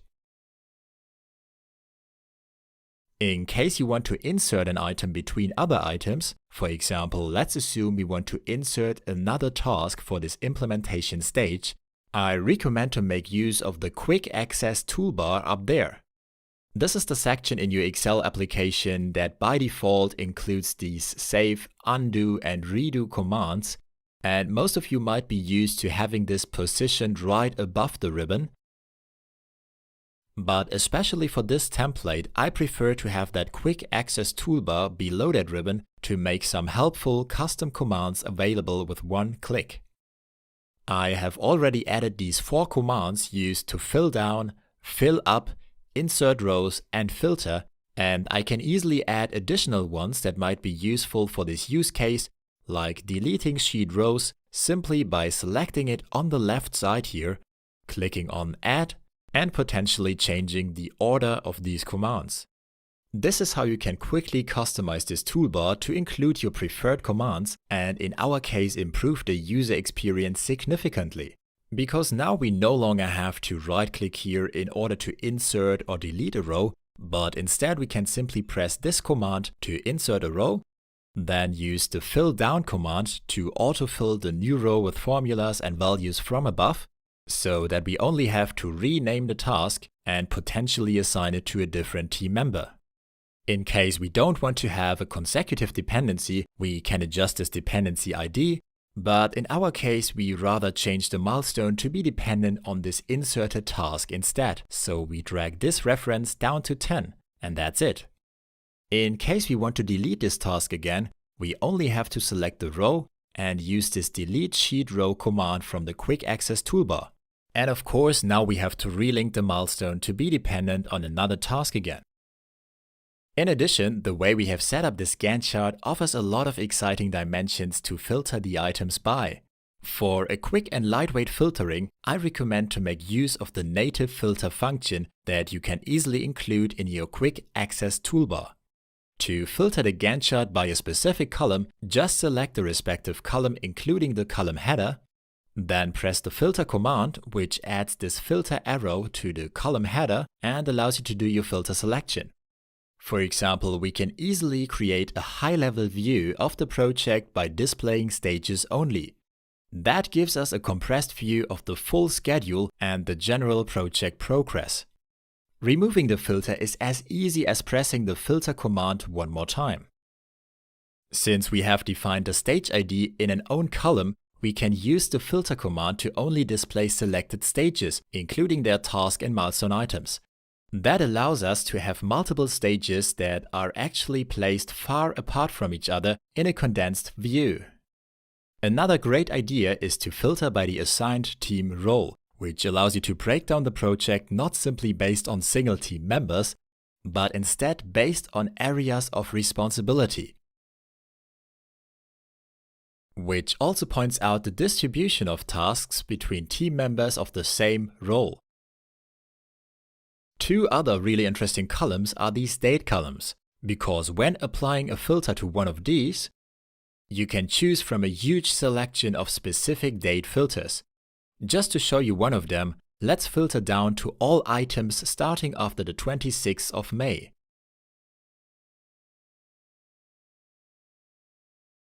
Works like a charm. And that is it for this tutorial.